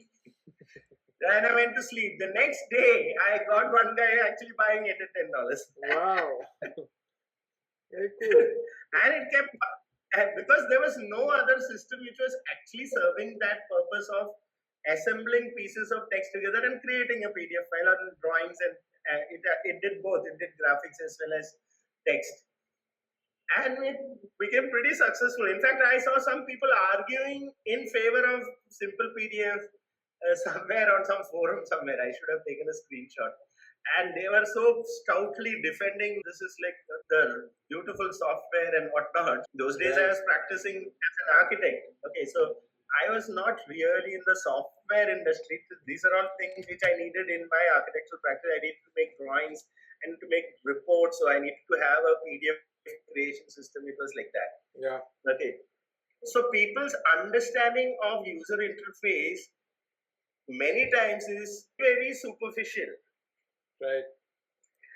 You take the interface of Tally, one of the most popular software, and it's a beautiful piece of software, frankly. Yeah. Okay. If you look at Tally as this thing, there will be chartered accountants and financial guys who will swear on the usability of Tally. Yeah. Okay. But if you ask a computer guy and they see a black screen with some very strange interface element which uses keyboard shortcuts. Okay. Have you seen Tally? Yeah, I've used Tally. I know Tally. I mean, the whole thing completely destroys what the hell is the looks of a software. That's actually a very good example to give. Yeah. So people are really pretty intelligent and they can detect things even if they are very unusual. That's what I'm trying to come to. Provided you have respected their internal verbs they are involved in, not the nouns they are involved in. If you're trying to make analogies of the nouns, you won't get anywhere. Right. But if you are involved in the analogy of verbs, you're surely going to get somewhere. Fair. Okay, if you know the mechanisms by which people are getting their work done, okay, then there's a good chance that it will work. Provided you are not got over. People get sold into understanding and using interface and they're very dangerous actually. If you look at say Instagram, how many people are just scrolling on Instagram, double tap, then scroll, and then double tap. The thumb, you can use the thumb so well that all the thumbs you just scroll. You are sitting late in the night at 1 o'clock. Okay. Or on Tinder, you're just swiping left, right, again, it's only the thumb that you're using. That's the point. And it all is considered as great interfaces, but they are very dangerous interfaces. Correct. Because you are not actually catering to the need for people to reflect on things. Okay. You're not. And now another thing, all these reasons, 13, 15 second, 13, 10-second videos and all the crap and a huge laugh track in the back. So it is actually changing your brain. It's basically short attention span and so you're just feeding into the dopamine. They are not really adding value. Right? Your dopamine is getting recharged because you are subject to all kinds of curious things which comes in unexpectedly. So your brain is all charged up and you have got that little high. It's like giving somebody a present every 5 seconds, and then it's like you don't know what present it is. And so you have been given a lot of heroin shots or whatever it is, some kind of drug, right? And this probably is achieving that effect that it is very fast and intuitive. I just have to just go up and down and just double tap and beautiful job done. But what job done? Right. Are you adding value to that guy's life? If you attach your self-esteem and your self-confidence to your work, then maybe. If not, then... and that is where things are getting very warped, right? Somebody sees some Instagram post of her boyfriend and she commits suicide or something. Some pretty sad situations are happening. Some nasty political argument on Twitter, and we don't realize that there are 15 guys who are quarreling with you on Twitter, but really speaking, all those 15 guys are actually just 2 accounts using different names. Right. Which is it's not an interface problem, it's a civil account problem. So people are just getting so blown and get convinced also. Some people get convinced about the argument we made because 15 other guys attacked me. Correct. That's true. Without you realizing, there were no 15 guys, there were just guys. Yes. You ever scale? This is the sad reality. You ever tried to scale number of softwares that you've built? I was going through the list at LymanLeapLabs. Ever tried to scale it by yourself or give it to open source? LymanLeapLabs products that does keep all these things in mind. And I am in the initial phase. LymanLeapLabs is a very young company. It's just now entered the 5th year. Okay, so this first set of years, I am actually refining a lot of this IPRs and intellectual properties, which is highly scalable because I use distributed mechanisms. So all those things are built into those IPRs, and at some point, I'm hoping to give away this IPR to youngsters. Maybe you can take this up with, but it will not be given to an individual. It will be given to an organization. To an organization who is serious about building a business around it. Right. So to answer your question, yes, they're all scalable. Very highly scalable because these mechanisms of how people would derive value from it has all been thought through in all of them. One of the softwares that you've developed, it is on LymanLeapLabs.com, is around, this is a crazy idea that my father and I were thinking about. Mostly my father's idea that my sister got married in COVID and it was like an online wedding and we had a lot of Zoom screens and there were like an idea that we should be able to allow people to digitally interact with each other on a more physical basis. So on a website wherein they could interact with each other and look at family history, look at family trees of each family. So we hired a software developer and then he did a very bad job actually. He came up with a WordPress website and it was a sham. like what we thought about and what actually came into being was the worst thing that we could think about. And then 3-4 months later, you came up with a software that actually allowed you to enter into a physical room on a digital space, and you could interact with people. Yeah, that was the crazy software that I So came he across. just gave you a WordPress. So he just gave you a WordPress site. That's it. Yeah, he gave me a WordPress site and he allowed us to upload photos and he made like a family tree. But then it was like different logins for different people, and it was not, I don't know, maybe communication difference. It was not the most articulated and best articulated Yeah, map. so I solved that problem in a kind of a I wrote it in one day, once again. And it's called etenshadi.com. Did you see that? Yes, I did. Okay. Yes, I did. Yes, I In did. fact, I made 2 versions of it because I was not sure whether this Shadi business would work out. So I made another one called the same thing. I put it under 2 different brands. It's the same system. It's called Mingling In. Right. Okay, one is called mingling.in and the other one is called etenshadi.com. So etenshadi.com, I used it a little bit for my daughter's wedding reception with her friends. So the way that works is that you get a background I put a background of a seashore. It's a destination wedding kind of thing. Yeah. And each person who comes into that seashore becomes a small, tiny circular avatar. Right. Okay. And you can move your own avatar around and then go next to others whom you want to talk to. Okay. And there is a kind of a fishing net, which is pretty interesting. So if you take that fishing net and you gather a few people together, then those 4-5 people can chat and video talk by itself. So it's something like a large room where people are generally milling around. So you cannot talk to everybody, right? You'll be talking to the people near to you. Right?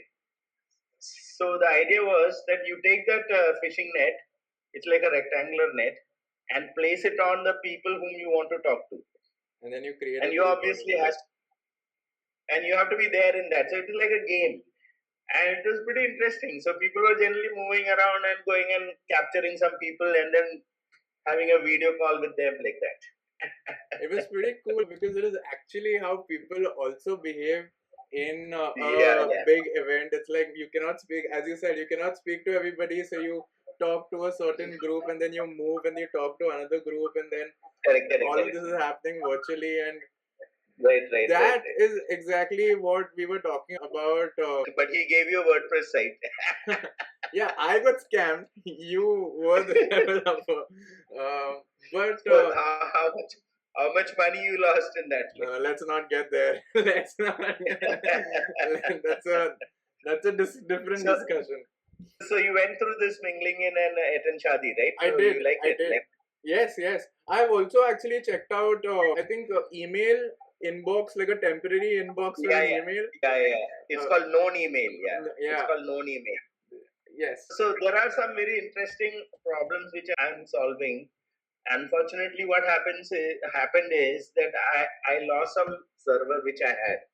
So I had to get another server and reinstall from the backup. So in that process, some of these systems stopped working because I didn't set up all the things. Right. Okay. Because I'm working alone, right? At some point, what application, what code language do you use to make all of this? Because in the end, it's all web hosted, I don't know. I use whatever languages which I get and I put it like. So I do all kinds of coding from PHP to Erlang to Python to Node.js to all kinds of things. It's not, and it is never usually one language. All these things are never usually one language. That's right. Because I consider computer languages like a bunch of screwdrivers. Okay. So many people get fixated on one language. What I do is that I am actually pretty agnostic about these computer languages. So I just pick the language which I want. And for this purpose, like for example, PHP is not particularly good for things like WebSockets and all that. It's for general stuff, it is okay. But for WebSocket stuff and all, it's a little clunky to work with PHP. You have to install some library and this and that. I don't want to get into that. Okay, so I moved to something else which has got it's all built in there. Yeah. So that was about mingling in. And how do you like the brand mingling.in? Yeah, very apt, I would say. Quite. Yeah, it's a very informal thing. You just open a room and generally move around as avatars and place the net on people. And then I'm thinking of now improving that interface, because the joining in process requires you to upload a CSV file and all that. Mm-hmm. Okay, which was clunky. So I'm thinking of something else. So it should become very intuitive. Like you just pass on an invitation link. People don't have to register and all that. Yeah. And then it will just go and place an avatar there, and then you chat amongst the avatars. That's it. You like that. So you're saying that you will not require registration details. You'll just send a link to people and Yeah, not me. The one guy will have to register. The guy who starts the room. right. Okay, he'll have to, because I have to make money out of this. I have to know who's the guy who Of course. who came in. Of course. Okay, but he then puts up invitation links and brings in avatars. Right. That's how. What is your time to learn a new language or learn ideally people will say a skill is a new language, but for you, I'm not sure if you take that as a new skill, because your idea of achievement is not the language but the application. In that sense, Yeah. what is your but then so many languages, it takes a lot of time to learn, implement, and then become good at it, and then I use a different approach for languages to learn, not just languages, learn anything. I learn a lot of stuff. yeah. I don't learn linearly. Okay. This is a book on computer graphics. Mm-hmm. Okay. And if I want to learn it, I'll go mad if I have to go through it page by page. Correct. I'll just go loony if I have to do this. Yeah. What I do is I browse around and see, okay, this seems to be capable of solving this kind of problem. That's you get an impression. Okay, that you get in about 15 minutes, half an hour. You read the back and you read the forward or something like that. Then what I do is I write one paragraph. At your age, I actually used to really write it down. Now it's all in my mind. And I used to write it down. I was pretty systematic about it. I'll write down the paragraph, one paragraph. What will I write? I will write the end goal which I want to reach. Okay. So I'll say, okay, this is about computer graphics with OpenGL. So I'll say something like, I want to render a small box. Okay. I want to render a small box using OpenGL, which has got shadows and lights. So once I write that, then I get some keywords out of it, right? So every book has got a Google at the end of the book. I call it the Google, which is the index. Right. The references. Yeah. So I jump to this side. So I start from the back. Right. And then I take the keywords of that particular end statement, the goal statement. But not, it's actually should be called the objective statement. That's where I want to reach. Right. So what happens is, I will say shadows, for example, would be one of those. Now I'll look up shadows there, and I will jump in somewhere here for all, because this author, he does not know that what I'm going to do. So he's got a certain sequence of how he explains things. So I have directly jumped into the deep end. Right. And I am now reading something here about shadows, for example. And then I do not know what the hell is he talking about, some of the things, because I have missed the earlier part, right? Yeah. So what I then do is, I don't like underlining here. That is a bad habit. I don't like spoiling a book. So I take that notebook and I start figuring out the keywords of things which I didn't understand here. Okay. And then again it goes back to the Google at the end of the book.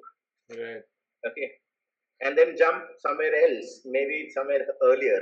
And I read that, jump here, read the next, jump here, read the next, jump here. And you won't believe it.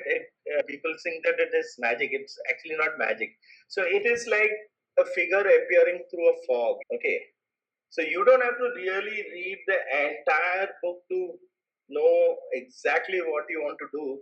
You will get about 80-90% of the stuff, okay, of what you intended to do, and you have read about 40 pages probably of the 800-page book.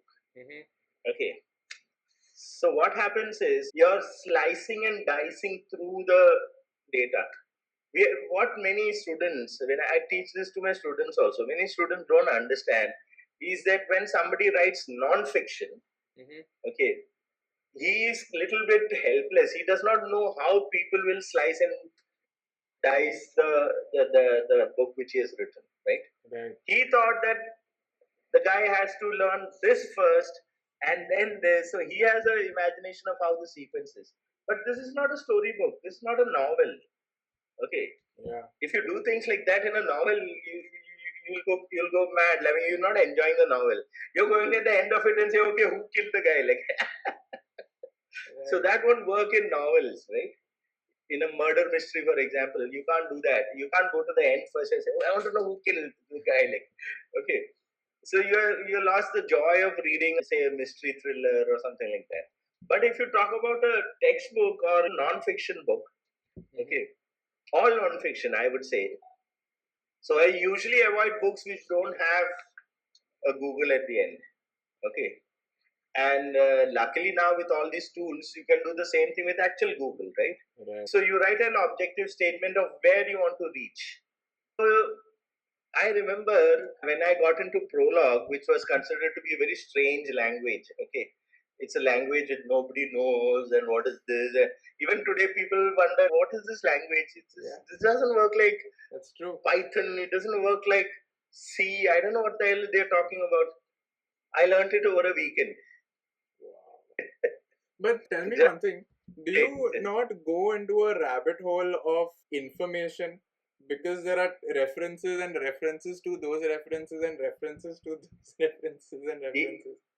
How do you condense? I guess that happens. That can happen. That's the danger of doing something like this. Yeah. But since you have that end objective that you want to reach there, I want to draw a cube on the screen and it has to have lights, it has to have shadows. Right. So if I find that, okay, it's really not gone into some very esoteric area, I said, forget it. Like, I want to get the bloody job done. I want to see the cube with the lights and the shadows. Right. You understand? Right. So, because you have an end in sight, it is a very interesting thing which you are asking, because this was actually explained in a different way by Stephen Covey in his book 7 Habits of Highly Effective People.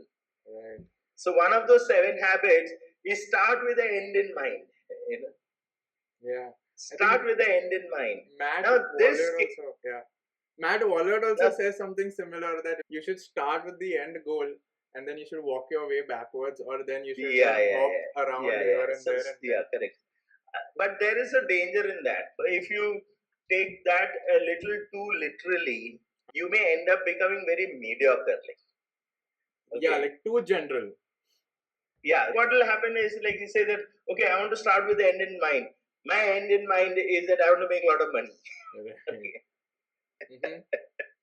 So let me just focus on that. And they actually focus on that. I'll make money, whichever way. I don't care. I'll make money. Okay. So that's not the same thing as saying start with the end in mind. Start with the end in mind means you have an objective which you want to reach, but then you need to work out the paths before that also. That is how you learn. But so ideally, ideally, like the way that we are taught in school is that you start with the ABC first, right? And that's all rubbish, absolute rubbish. Because that is the unfortunate thing of our teaching system. Firstly, it does not promote curiosity. When you are young, right. when you're a child, one of the most precious thing which a 7-year and 10-year-old has is like absolute crazy imagination. Yeah. Okay. And then you have some idiotic teacher say, am I the teacher or you are the teacher? Those kind of attitudes which teachers have, it really puts a wet towel on your whole face kind of thing. You know? So it's not at all a right thing to do. I remember when I was in school, I was quite like this right from beginning. Okay. You get your first textbooks and all. It's got this nice books, new Smell book to it. smell. Yes. Yeah, Yes. you have that feeling that everything is pristine, and Yes. now you're just getting into that new class. Yes. You finished fifth standard and you've joined sixth standard. You got brand new books and a set of exercise books which is absolutely clear. And my father has gone and lovingly put all the labels, and then we are exchanging labels and all that. Yeah. So usually what happens is that I'm actually browsing around these textbooks, and it is so fascinating that you jump into the sixth chapter for all you know. Yeah. Okay. Say take a book of physics, and there too there is a kind of a sequence which that guy wants you to read it. But I've jumped to the sixth chapter which is about sound. Yeah. Okay. And I don't know the earlier thing, but does it really matter? Are subjects revealed to you linearly? That's You true. know, so that is something which I'm pretty comfortable in digesting. That I don't get hassled when things are not emerging very. 1 minute, I'll just when things are not emerging very systematically. One of the problems which people have, I feel, when I teach also, I've seen students when they read something, they want to go to the next page, provided they knew everything on this page. Okay, and it can be very frustrating. It frustrates you. It just frustrates you because that author may not have done a good job at that page, and it requires you to jump ahead and read something and then come back. So what happens with students is that they get fixated there, they get stuck there, and they're scratching their head. If they're very persistent, if they're not persistent, they get bored and they go to sleep, or they go somewhere else. Like, Which forget might be it. better. I Maybe. can't understand. Yeah. Huh? Which might be better, maybe. Yeah, it may be better in one sense. Yeah. So what happens is, this is the real reason why people don't learn things. Yeah. Okay, because they get stuck somewhere, which is a little tough. I mean, so there's this assumption that you have to go on a linear path. So I used to give an exercise. I'll tell this to you also. You should do this. Okay, and I can do this with you also. I can do it with one person, and I can do it with 100 people in the class. Okay. So I do it in my orientation class. Okay. Okay. And I'll tell that, okay, all of you should close your eyes for 30 seconds. Okay. Okay. You close your eyes for 30 seconds and prepare your mind. Okay. I will tell one word, and you have to put a visualization to it, not an explanation, a visualization. Okay. Say for example, so you can draw some jaggedy lines like that and boom or something written there. Okay. So now that I explained that this is what the exercise is, then I tell everybody to close their eyes, calm down, and I will tell a word, and you have to sketch it out, because these are all architects, so they're all trained in sketching. Right. And then later on, show me the sketch, or tell me what you drew and all. So it's a visualization exercise. So the word which I give, which I want to give you also now, and now you reply back what comes into your mind. Okay. So are you calm down? So okay, prepare your mind. Sure. Okay. Yeah. Okay, and the word is pro. Okay. Okay. Now, what came into your mind? An arrow. Arrow. Great. So there are lots of students. So I have a class of 60, 80. I'm conducting this orientation class.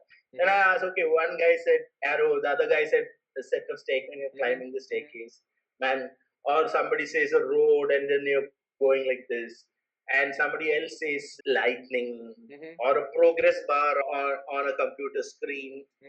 So all that is pretty nice. Then I say, okay, I will invite one person into this class. Okay. So they thought that I've come with one assistant who is going to come into the class. Then I'll tell that person she's going to come through the window. And they get blown. They said, then they all look at the window. So I said, you're not noticing it. Beyond the window is nature. And if I see the tree outside or some greenery outside, I said, I'll call nature into the class and I'll ask her to close her eyes and say, I will tell a word and you have to now visualize it and give me what you visualize. She will say things like a cloud which is forming or ripples on a lake, okay, or a baby being born and there's a sonograph too. So I said, does a baby get born by, okay, one finger is now ready to be born. Now the next finger is ready to be born. The baby doesn't grow like that. A flower doesn't bloom like that. Okay, one petal now fully ready. Now the next petal will be fully ready. And then therefore there are 8 petals. So one after the other, 8 petals got ready. So I'm telling all these youngsters that our impression of progress is such a linear and structured one. But really speaking, that is not how progress really happens. Okay, if you really look around the number of examples where things are growing all around, like you yourself are a wholesome person, right? If you go to the gym and you exercise only one hand, you will have a crazy kind of body structure. In olden days, in ancient medieval times, there were these longbow archers, and when they discovered their skeletons of these archers, that's what these archaeologists say, that they can actually make out that person is probably an archer because one side of his skeleton is got so distorted because of pulling that huge bow that it has actually changed the shape of their skeletal structure. It has evolved. You understand? Essentially. Yeah. In that direction. Yeah.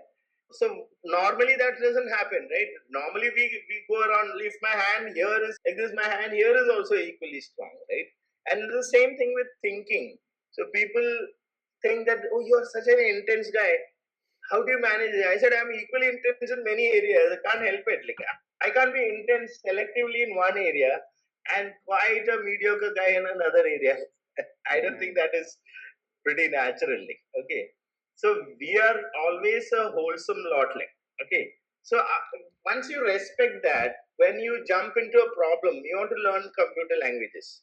Okay. So I will encounter a page which I don't fully understand. I say, okay, I'll get to this, don't worry. I'll jump to another place. I'll go ahead actually. I say that I trust this guy. He will be telling me at some point how to connect everything together. So the ripples around that confusion, they go on all 360 degrees around that point where the stone got dropped into the lake. Okay. And the way the flower will bloom. So your knowledge grows not because you went linearly into the book. It's because you went around assembling everything around without getting hassled that, okay, some parts you didn't understand. Today you didn't understand. Tomorrow you will understand. When you're a growing person. So how does it matter? Like, okay, if you didn't. So once you do that, you're calming yourself. You're not getting frustrated by your learning. But then, so many people get stuck at page 23 or something like that. And then they don't go ahead. They got bored. People take a guitar, talking about guitars, okay. They take a guitar and say, I want to play the guitar, I want to play. But the problem with the guitar is when you start pressing on the strings, it starts becoming very painful. Yes, it does. Because you're pressing against, and the problem is, unfortunately for us, our fingertips are supercharged with nerve endings here. Yes. Because we do a lot of touch and feel, right, as humans. Okay, we are not chimpanzees or gorillas or a lion whose feet are padded, paws are padded, so that that is not the main thing. The lion's padded paws are probably not the main thing. I hope some biologists will forgive me. But for a human, fingertips are the very critical things. I need to finally know what I'm touching. I need to know whether it's hot before I put that food in the mouth. So because of that, the nerve endings on the fingers, one surgeon was telling me, is very charged. So a small paper cut also on the fingertips will be very painful. Okay. The same paper cut on the side of the thing won't be that painful. Okay. On the side of the finger. So these guitarists, this budding guitarists, they start pressing the string. Boom. It is tough. It's boring and you don't get the right sound. and they get frustrated with themselves. They bore themselves to death. It doesn't sound nice. It was so nice when I saw Eric Clapton playing, but I can't play like that, and you feel very inferior, right? How do you learn that? And How do you learn sorry? the guitar then? In that sense, how do you learn the guitar? Because you have to press down the key, the strings. So you have to just focus at the end, right? So you have to start thinking at some point, all these guys would have been painful for them. Yeah. It is not that I am an exceptional thing. So the same thing I tell about computer programming. When some junior computer programmer gets stuck somewhere, I tell them that, do you think that this point where you got stuck, you are the only one who got stuck in the world at that point in time? Come on, yeah. I mean, you have to be pretty unique if you are like that. Maybe it did happen to a few people where the first ever bug or error which ever came in that situation was only with you. And you don't have any other example to fall back on and check how they solved it. But 99.9999% the kind of stuff which you got stuck in, every lot of people have got stuck in. Yeah. So that gives you faith that, okay, I have company, I have people who have got similar kind of experiences, right? Yeah. So that gives you the confidence that, okay, I'm not doing something, there's no conspiracy behind somebody who's tuned the guitar in such a way that it will be painful for you and nobody else. Right. You have to go through your 10,000 hours of practice to then. Yeah, that's what they say. Yeah. But that 10,000 hours need not be a linear thing. Correct. You can have, see, I use this thing. So I have 10,000 hours here. I got 10,000 hours here. I interleave this. So I then end up with two things, right? So you have to continuously keep forgiving yourself for the mistakes which comes in pretty innocently, instead of getting so frustrated by that. You understand? And you have to persist till that particular mistake has got over. But people don't have that persistence. They get so bored, or they get frustrated, or they take it on to themselves. Many people who use software, they not only get frustrated, they feel inferior. I must have done something wrong. That is why the software is not working. People actually feel inferior about themselves because something went wrong. I said, are you crazy? That's not a human. It is not casting aspersions on you. Okay. So why are you getting hassled by that and taking onto yourself? I must have done something wrong. But then that is how, I don't know if it is a conditioning or that is the general way, unfortunately, people think. Yeah, actually, it is pretty deep-rooted psychology. I do think it is because of, a lot of it is because of conditioning. There is a wonderful talk by, I think her name is Brené Brown. Okay, yeah, it's a TED talk, and she talks about the difference between guilt and shame. Yes. Okay, and that is a very nice insight. So what happens is people mistake guilt for shame. I'll give you an example, and it happens a lot in Indian households, unfortunately. So you're a small kid, you're a 10-year-old girl, say for example. Girls have it, get it even worse than boys do, I think, in our society. So you're a 10-year-old girl, and you did something. There was a glass kept on a table, and that girl went and kept it at the edge, and it fell off. Okay. The father or the mother notices it and starts screaming, gets really angry. He says, what an idiot, like you can't see that bloody this thing or what? You can't see the glass. Right. So what happens is, that girl is just growing, okay, she's just 10 years. And she has conflated two different things. One is who I am, and the second is what I do. Okay. A better response. The equally angry father, but who is a nice guy, he will express it in a different way. When he sees that the glass fall down, he will say, what a nice girl like you did such a dumb thing. Okay, you understand? Right. So what happens is, you are nice, but you ended up doing something bad. Okay. And this conflation, it persists with some youngsters, and when they grow, they can't be criticized. You can't tell them that what you did is wrong. Correct. Because they take it on to themselves. They think, I am wrong. Yeah. I am the one who's wrong because I did this, so I must be wrong. Then you see a lot of defensiveness and a lot of justification. Yeah, defensiveness, anger. Shame is a very corrosive thing. Shame is something which you take it onto yourself and start hurting your own soul. So you explode. You will explode in anger. You will scream and whatever, or you'll sulk in one corner, and all kinds of things happen. Why? Because somebody said that you didn't get enough marks in school or something like that, or you didn't learn this guitar. What is this stupid thing, idiot you are? You got a guitar, you wanted a guitar, and then you left it. Mm-hmm. Okay. So what happens is this gets reinforced. You lost your esteem there. Mm-hmm. Okay.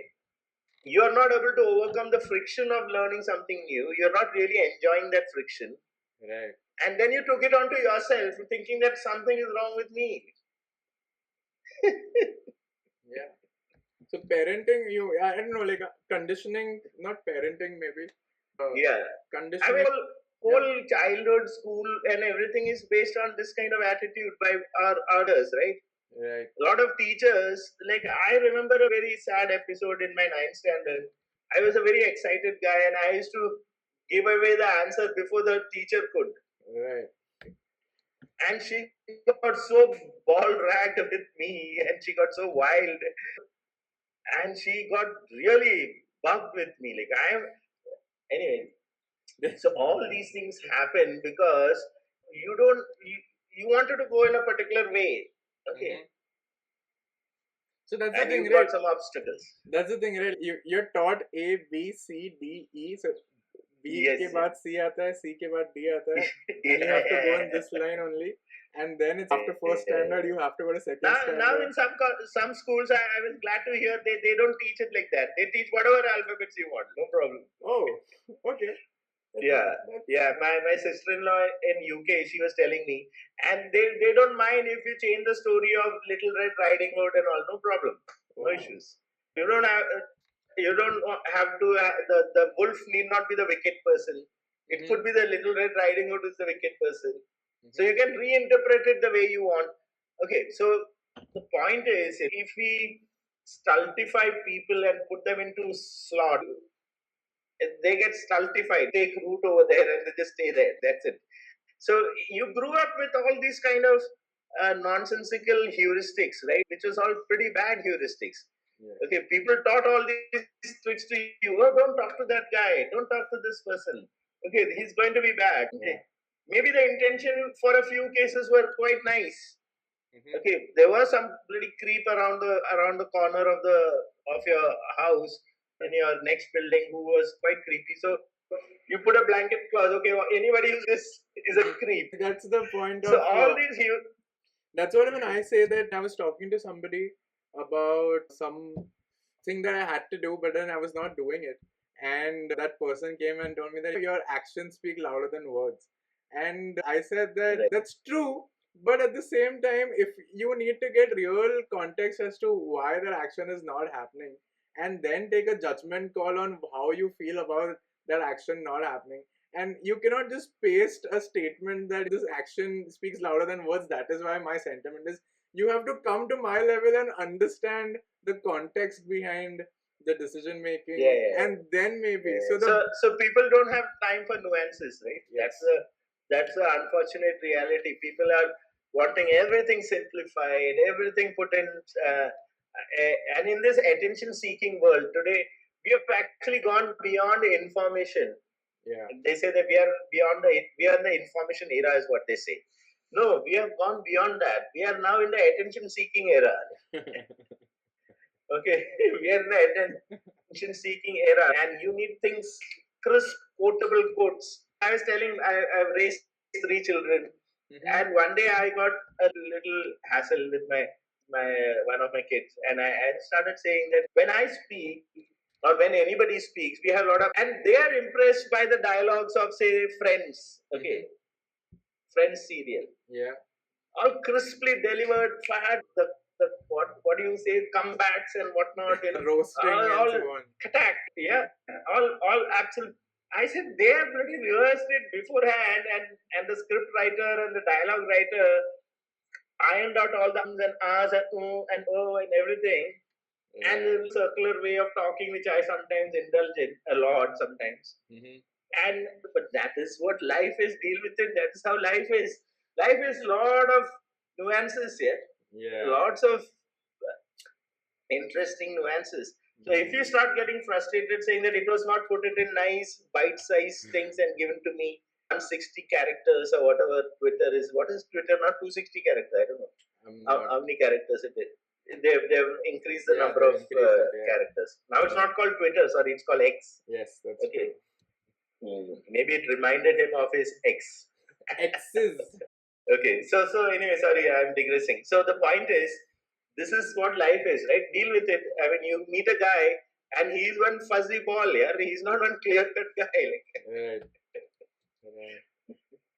Yeah, fair. Do you, like, in this software building generalistic approach, do you go back to architecting buildings as such now? Yeah, I've done a lot of projects, right? I have done fair amount of. I'm the architect for Konkan Railway, and I did all their projects for Konkan all those days. Okay, this is still 2006. I was their main architect. Right now, currently, currently, are you doing anything in the architecture side? Currently, I've got into the theory of architecture. Okay, so I'm a theorist in architecture. So I talk about representation systems and how do you criticize buildings and how do you write about it. And so it's architecture only, but not the kind where you directly start designing. I don't mind designing. If I get it, I will do it.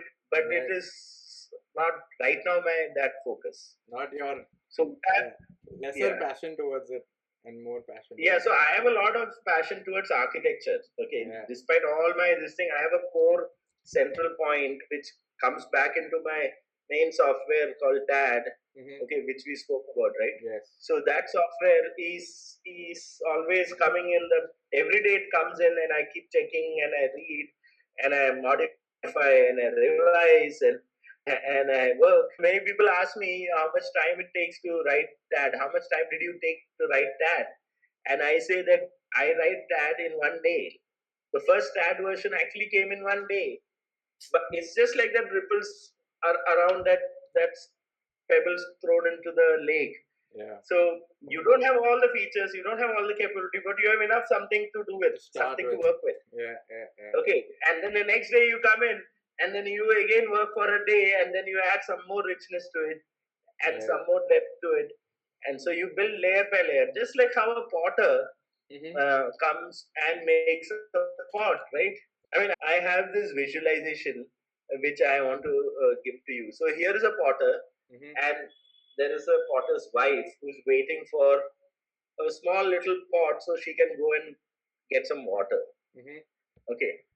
So what if the potter was not using the potter's wheel?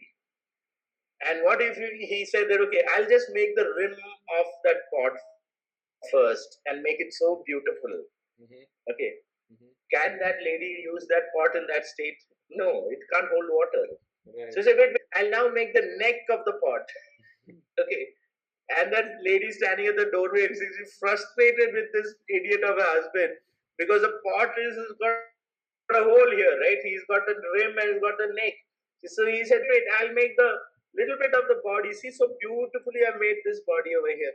And she's standing on the doorway and she's saying, what nonsense, I'll throw a bloody stone at this guy. So by the time he comes to the bottom, it is already 2 hours have gone. And then that pot is reasonably ready, and it has to still dry for some time. And then she can use it for. But what if the potter was using that potter's wheel? Okay, so at every stage there is some kind of pot which is there. And if that lady is literally frustrated, he say, okay, take this pot, though it is not decorated, but it can hold water. Okay, so what we don't understand, that a lot of the stuff which we do are always 100%, better be always 100% complete with some amount of crudeness, and then you start removing those crudeness and you have a refined thing.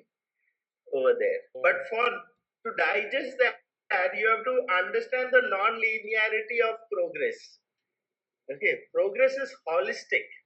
I am a holistic thinker, and not just me. Okay, that's part of our Indian culture. The thing which Indians brought into problem solving is very different from what the Western countries brought into problem solving. I'll give you a very interesting example. You go into a shop and you want to get some attire for your below your waist. So you want to buy a pair of pants. I mean, is it called a pair of pants? I don't know. Okay, you want to buy some pants. Okay, when you buy the pants, what happens is your waist is halfway between 46 and 48. Okay. So 46 would have made it too tight, and 48 would have made it too loose. But that's the way it is. It goes in that slots. Okay, so you can't go to a ready-made garment shop and get a pants which is 46.34 of size. So what that shopkeeper will say, okay, go and take a belt and take a belt around it. Okay, put a belt around your waist. But what do Indians do? What do Indians do? We go to another shop and he gives you a lungi. That's it. Whether you're fat, thin, you're 46 and a half, 46, 3/4, or whatever. So the lungi then gets adjusted to what your size is. So it's a pretty holistic way of designing. Correct. You understand? Yeah. So you don't buy another type of lungi just because you have a little fat. Look at saris, you look at dhotis, they're all like that, right? They're all alike. Yeah, so there are lots of such examples. There's a lot of examples in music instruments, how the sitar works and how what is known as the scales, the equally tempered scale which the Western countries use. And the Indians, we don't need to use an equally tempered scale. We take a small little wooden hammer and readjust the threads. It's such a clever solution, man. It is such a beautiful solution. So you don't have to make compromises in the intonations of your musical instruments. So there's a lot in all this. I'm sorry, did I digress too much? There is no digressing in this. Whatever comes here, you speak it, and it's all good. Basically, it's all valuable. This kind of. Yeah. So when I give lectures and when I give talks, even there, I don't really directly stick to a particular point. I will move in circular spirals. But that is the way, as you said, non-linearity part of learning and progress and holistic. This is exactly that, right? So you are essentially just stepping on your point. Yeah, I'm utilizing the point which I'm stepping on. Correct. Very practically, you're showing it on. When people see me at work, many of them want to calm me down and say, simplify, man, simplify. Do just one thing and just do a good job of that. And so I look at that guy and I ask myself, what have you done in your life? And then compare myself with what I've done in my life. Yeah. And I had a rollicking time getting into computers and architecture and design and music and drumming and guitar and composing, and I write poetry, and not that I'm good at any of this. Okay, I don't care whether I'm good or bad, but I know that if I'm good today to this extent, tomorrow I'll be slightly better than what I was yesterday, and that thing matters. It's great to see that your self-esteem is not attached to your progress line, and no, it should not be, right? It should not be. Finally, why? Like I said, you are here, and what you do are two different things. Yes. Sometimes what you do is surrounded by idiots who will refuse to let you do what you want to do. Exactly. Now you can't take that problem onto yourself, right? That's crazy. How can you talk about that? Okay, somebody's prevented me from doing whatever I finally wanted to do. They use some cleverness and some contacts and whatnot, and you didn't rise up in the eyes of others. Your work didn't rise up. What can you do? Not that you should use that as an excuse, okay? Yes. Not that you should say that, no, because of him I didn't succeed, because of him I didn't succeed. That's not what I'm saying. I'm saying that in the world, there are a lot of things which prevent your niceness being recognized. Charles Correa, one architect, Indian architect, I don't know much about architecture. He gave a very interesting point. He said that many people assess a building based on its construction, not based on its design. You can have a very slick construction, all well made, but it's all shit actually inside. Okay. People just look at the superficial values of that and then make an Instagram double tap. What is the role of the architect from going from the actual design, like designing the building, yes, to actual construction? Does he play a role in the actual construction? He better play a role. That is a problem, right? Architecture is simply a synthesis machine. Right. Okay. I mean, what is that? When you say architecture, the word architecture, in fact, it is used beyond buildings, right? It is used in software architecture, network architecture, Yes. Architect of the country, right? Yes. Why do we say Gandhi is the architect of the country? Okay, the father of the nation, the architect of the country, like that. Why do we say that? Only a few people get those kind of accolades, right? So architecture is something which is a synthesis device. Okay, and an architect sets the context. He's a context setter. Right. Okay, so when I get to do an interior or a house or a building or whatever, I'm not doing that physical thing actually. I'm setting up the context so that people who are going to use that, they get uplifted. And you could do that in network architecture, you could do that in software architecture, you can do that in nation architecture, where you have to set up the context in such a way that whoever who participates in that context get uplifted. So to answer your question, an architect actually has to play a very crucial role till that particular project gets handed over. So that includes construction, that includes designing, handed over to whom? To the end user or to the next? To the people who will end up using that, right? So it's the same thing with software architecture. You can't say that the software architect's work is over because now the coders have taken over. Right. And the testers have taken over and they just have to test. There are some people who may do that, but you need to know whether the reason why you architected that software in that manner is that reason being actually upheld and properly safeguarded. Because the guy who's coding, they are going through a small little pinhole and just removing some semicolon and adding some braces, right? So they don't see the larger picture. And they will not know for what reason did this guy want this kind of user interface, for example, over something else which he thought was much better. Okay, so an architect will have a much better have. There are bad architects, of course, but so a proper architect has a very deep insight on why that particular thing is emerging the way it is emerging. Okay, we have a lot of quarrels with civil engineers finally during the construction stage. Okay, they are there to make sure that the structure stands. That's a very holy job. I'm not denying their importance. They are very important, but they don't see the entire picture. They don't see the whole thing. They can't step out of the whole thing. Yeah. Okay, so that's where the architect has to step in, and sometimes you have to put a foot down and say, no, you have to make it like this. That Charles Correa said that when something gets made very slickly, okay, people tend to think that's good. Then same thing happens in software. Oh wow, what a software this software is. In architecture software, it's all over the place. Right. All kinds of software is it's got beautiful menus, it's got toolbars, it's got this, it's got so many features, it looks so nice, it looks so sophisticated, and hello, that's not what I want to have in that software. I want to use that software so that I can do some meaningful stuff with it. That is the reason why I want to do that. So it's really good that the guy who wrote Tally, he didn't listen to all these kind of nonsense. Yeah. Okay. He came up with an interface which actually blows all interface designers' mind. They can't figure out why it is like this. Yeah. There's another software like that before. I don't know whether you know the story of Word. WordPerfect was the de facto word processor when it was launched. Okay.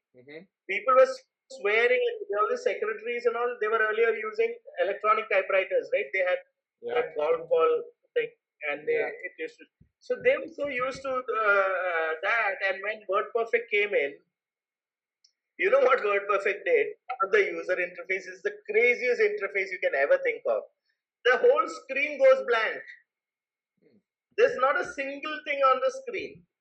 And you think the computer's crashed, and you just see one caret blinking at the top left corner. That's all what you see. WordPerfect.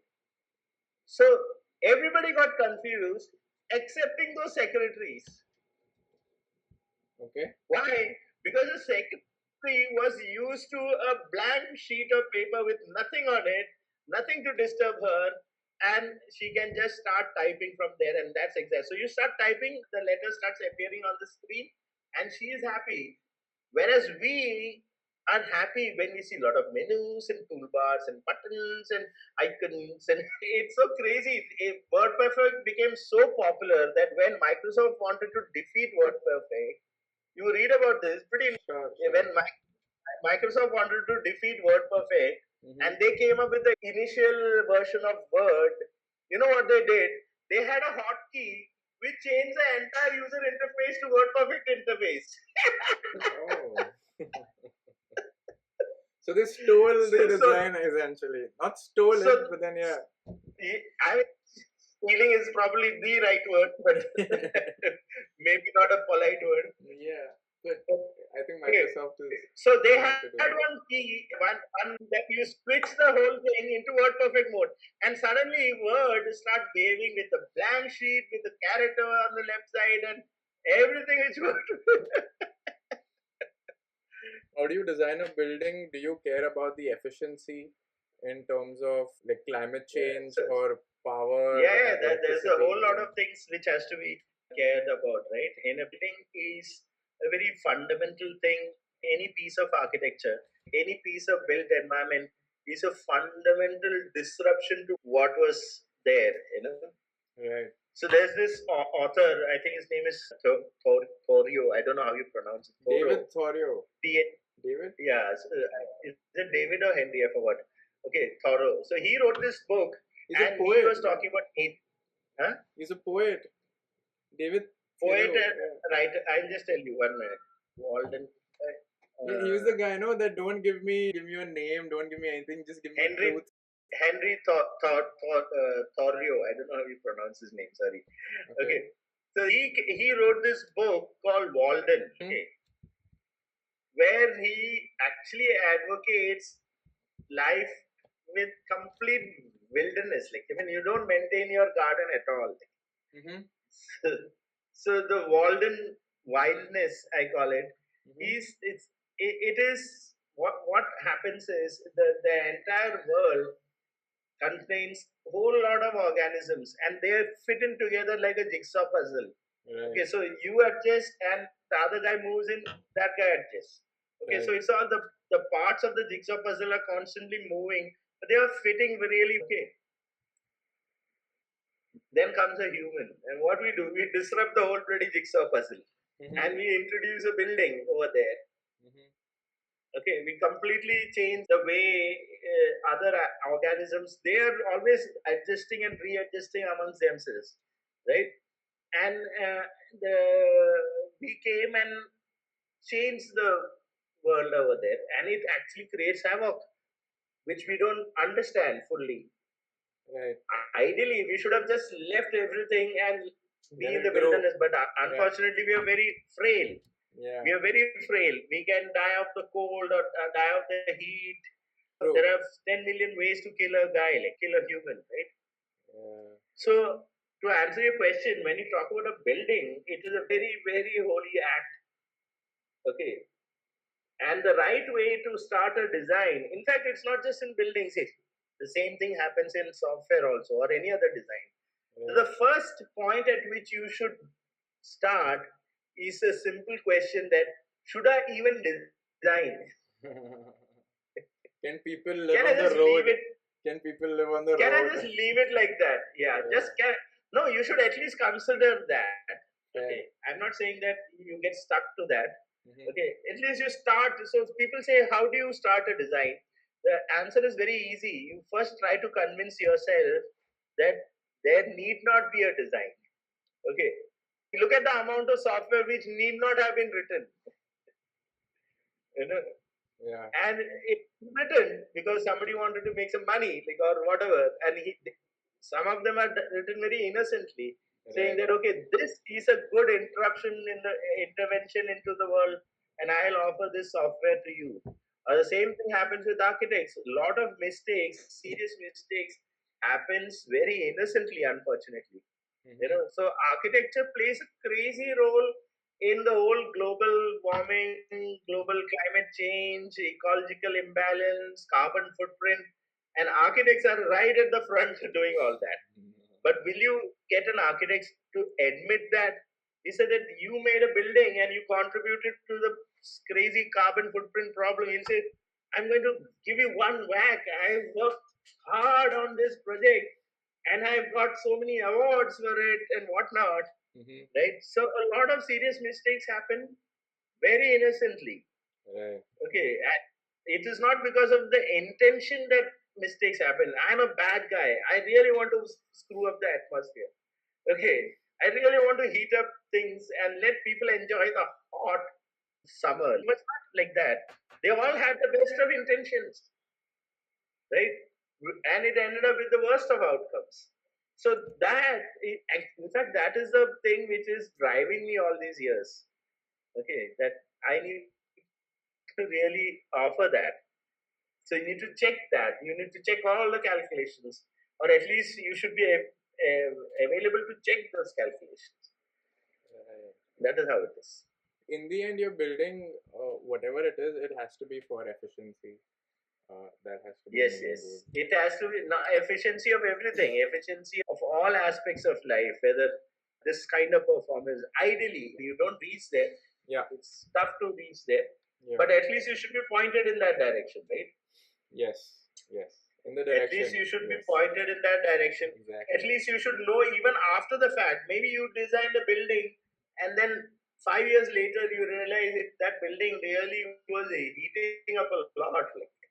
And people went and stuck a lot of air conditioner into it and fouled up the outside atmosphere even more.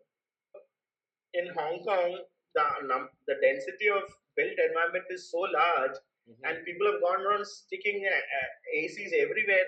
It's bloody hot just because of this blast of the ACs on the roads. Wow. Okay. It happens in India. You go to any industrial complex, they call this called industrial buildings, where it is a jugaad with the municipality. So it is supposedly for a industrial kind of complex. I don't know what is the exact term they use.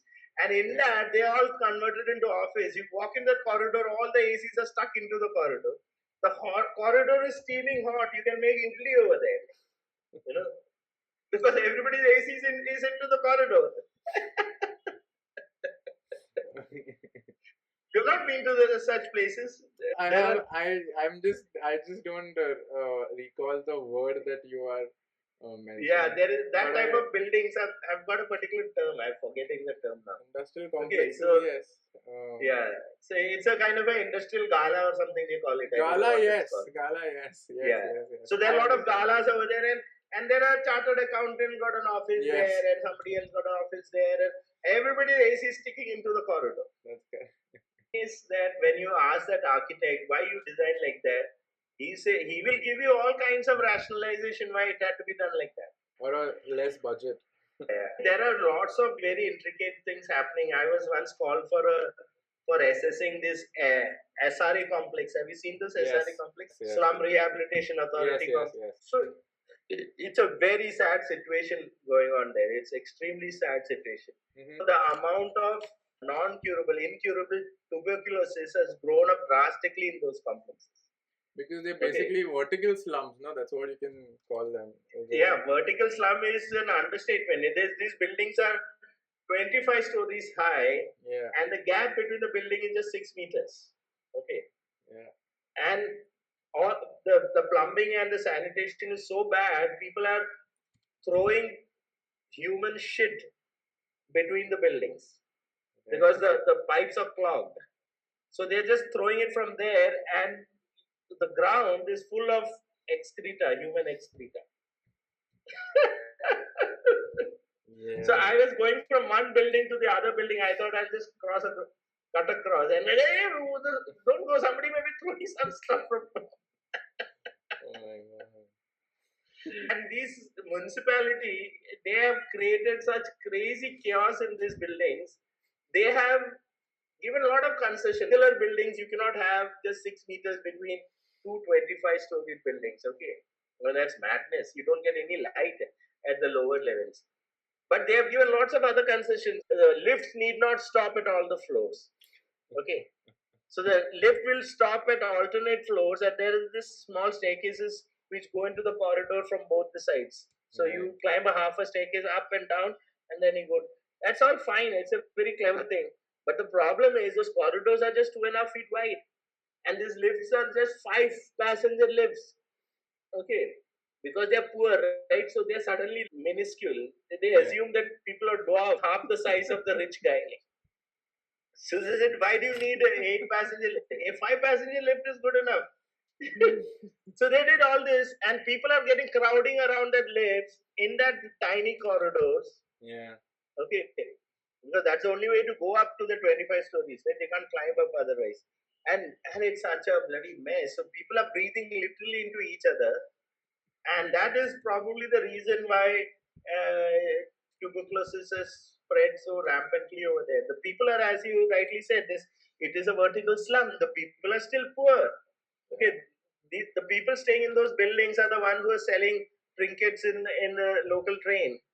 Okay, or they are selling half-spoiled potatoes in the subways below the flyover. Have you been to those pedestrian subways? Yeah. You'll see a guy sitting with a cloth with half-spoiled vegetables, and he's trying to eke a living out of that. Yeah. So these are the people who are staying there, but they're also humans, right? Yeah. Okay, the virus doesn't discriminate. Yeah. It's very sad situation. It is spread so rampantly. It is worse than the corona crisis, actually. It's very bad situation. So yeah, building, to answer your question in a very long-winded manner, Always. is buildings are crazily important part of our whole world. Yeah, architecture is a very fundamental. Architecture is a very fundamental force. Yes. And equivalently, architecture everywhere is a fundamental force. You design or you badly architect the software, you had it for the next 15 years, 20 years. That guy is warped in the way he will be delivering and handling data. That's correct. That's correct. Sabu, talking to you, I think we can go on and on. And on. And I don't want to stop. I think. Yeah, but I think we should. You know, 10 heads in terms of the knowledge that you have and your experience and nothing like that. It's awe-inspiring, I would say. I think you should come to Embido's office and give us a talk on how to think and how to do things in a systematic way. I would love to have you. You should. I actually do conduct critical thinking and design thinking workshops. I have done it several times, and I have done it for a American company. They had their division in Hyderabad. I did it for them, 3-week course.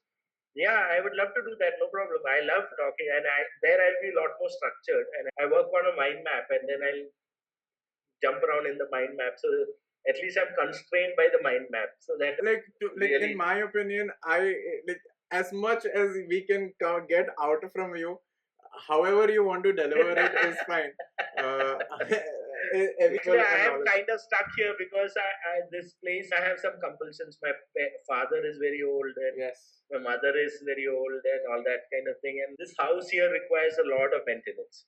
Where are you currently residing? I'm in Kerala. Oh, you're in Kerala. I thought you were in Navi Mumbai. No, I used to be in Navi Mumbai. I just shifted here 2 years back. Oh. This is my Kerala house. So luckily the net and all is pretty good here. And I've got solar. Luckily no power cuts, touch wood. But now some problem has started with the solar system. So I have a small little house. I'm on the first floor. And when dad sometimes comes up because he needs some help, he's not supposed to walk up, like climb up, but he will still climb up. He may climb up now because I've not come down for tea. Yeah, we should. Whenever you're in Mumbai, you should definitely give me a call. Yeah. Or I can do an online thing like this. In general, not to make it very transactional. It's not. It's only for this that we should keep in touch. I mean, in general, you should. Yeah. I mean, how do I put it? I love to do that. I love to do that. No problem. You set it up. Yeah. And price it right, and I'll be there. Prices, yes. I love. Yeah. Sorry. Yeah, I love talking to teenagers and youngsters and giving them a whack on the side of the head. I taught a lot of adolescents. It's required. It's 35 years. It's required. I don't think that design thinking is so needed in terms of how do you think out of the box when you don't know that you are inside the box and you don't know that. And there is a if this is the only way that you've done it, and you have to go. Who is there to train you to go on the other realm of things? And it's very fascinating. And you should have the patience, and you should have the, as you said, the persistence, and you should have the skill of. It's quite crazy, actually. Yeah, so it is generally persistence. It is just dogged persistence, being there, and mathematics. If you're doing something ridiculous, trying to prove that you can divide by 0 or something like that, then that's a wasted persistence. Yes. Okay. Yeah. So you should have your fundamentals right about how do you dissect something and extract the right essence. Even if it contradicts 10 people telling you that's not how it works, that's not what is important. What is important is that the other internal contradictions in whatever you're doing. It's actually pretty simple. If you're proposing something and then you propose this part in this manner and that part in another manner, and it turns out that these two contradict each other, okay, then that's a cause for concern. So the trick really is to remove internal contradictions, and which is also tough because many people cannot take certain principles, some fundamental principles, and take an application of that principle. To give you an example, you teach somebody Pythagoras theorem. Okay, so he's learned Pythagoras theorem. He knows that a squared plus b squared is equal to c squared. Okay, of a triangle. But then if you tell him that, okay, I've got a 10 feet ladder and I'm putting it against the wall, okay, and it is 4 feet away or whatever the distance is, he can't apply the Pythagoras theorem and calculate it because he didn't realize that it was Pythagoras theorem which has to be applied. Okay. Yes, exactly my point as well. Exactly my point as well. Fundamentals is one. How do you apply this to? I mean, so it's actually this journey of knowing is pretty cool, I would say. Yeah, it is very fascinating that there are so many things to be learned, and so many things which you don't know. There is a tendency on some people where if they don't know, they will attribute that to something mystical. So that's where superstition and ritualism and mythology and belief and all kinds of arbitrary tautologies come up, which is neatly tying up everything into a big box. But then you don't go inside that box at all. So people will say, in mythological times, in ancient times, we did this and we did that. But we do not know how it explained, but we did it. Yeah. That means something science was there. That's the same way of reading a book, but not from 1 to 100. It's going from 10 to 15 to 30 to 2. And something similar. So if you jump and see what happens is we are not getting a certificate because I happen to read this fat book. That sense of accomplishment and closure which some people have is a very false and very demanding one. So we castigate ourselves. Oh my God, I didn't finish this book. I didn't finish this book. So bad. I am bad. So what? Any advice that you would give to not maybe your younger self, but anybody you see a lot of people, a lot of kids, you teach kids as well, right? What is it that one thing that you tell them that, I don't know, like something that, one thing. Preserve your imagination. That's what I would say. preserve your safeguard your imagination. I don't know whether yesterday I told you about this. The teenage years is rich. Your age, okay, from 18 to about 30, 35 is what they say now is a teenage brain, the adolescent brain. Earlier that they thought the adolescent stopped at around 20, 25, but now they say that it can probably go up to 30, 35 or so. Yeah. So what happens is that the brain is full of these synapses. Okay, the joinery between two neurons is a synapse, and very roughly, the number of synapses increase means more imagination because there are more cross connections going on. Okay, so what nature has done is that it is suffused the brain with so many amount of these synapses that the teenage brain is a very rich brain in terms of imagination. Okay, there are other problems with the teenage brain, like it doesn't have they call the axial sheets around the nerves. That's just sheets. growing. The myelin sheets. Myelin sheets, myelin sheets. Yeah. Sorry, on the axion axials is the ending. The myelin sheet is the covering. Yeah. So that's that. I look at it like this: that there are a lot of wiring, but those wires don't have the insulation. Yeah. So the speed at which teenagers think is about 300% slower than an established adult who's got that myelin sheets. You understand? So what happens is that when a teenage brain is thinking, there's a lot of imagination and a lot of cross connections which that teenage brain can make. Okay. But then there is the adult world who will come, no, you cannot do this, you cannot do that. Okay, that's why I said safeguard your imagination. Don't believe in old fogies like me who will sit down and say, no, I'll give you a formula for life. You have to just use that. What is this? I've got a lot of years of experience. Don't waste your time in doing this. So what happens? There's a process called pruning. Okay, when those synapses are not used, it dies off. Correct. Yes. Okay, and it is a very similar analogous process which happens in ladies when they get their periods. When what nature is doing is, why does a period come for a lady? Is because nature is building up the womb with the potential chance of a pregnancy. Correct. There's a chance that there could be a pregnancy during that cycle. So it's rich with nutrients and blood supply and whatnot. Is one of the richest things actually. And when the pregnancy doesn't happen, it sheds as experience. It's a very similar thing what nature is doing to a teenager. A teenager is about to get into adult life. Okay. So might as well give a lot of imagination to this guy because he's going to face a lot of crap, early people. So he has to give a fitting response and then walk into adulthood. You understand? And it will reduce. The synapses will reduce.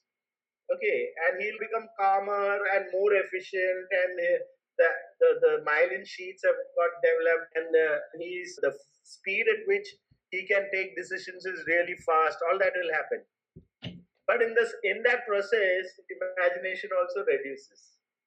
Okay, so my advice is preserve your imagination and unleash it. And unleash it as much as possible. Because the world is at your feet, you have a much bigger runway than people like me, right? Yeah. No, I probably have a runway of another 20 years, hopefully. Okay. Hopefully maybe I may cop it tomorrow. Who knows? Like, as you get older, things are piled on you, right? You've got old parents to look after, old house to maintain. All kinds of things come, but that's not the situation with your age, right? Yeah. What's your age, if I may ask? I'm 27. So you're 1 year younger to my son. My youngest is 28. Oh, okay. Okay, so all you're in that very glorious years, yeah. Yes. So you have to really conserve your imagination and protect it, and not let formulas take over it. Yeah. Guys, I will tell you what life is. Okay, I'm going to tell you what life is. You better do what I'm saying because I've lived 60 years of my life. Go through a narrow path in our journey, right? We cannot duplicate ourselves with clone and walk along multiple paths, right? Right.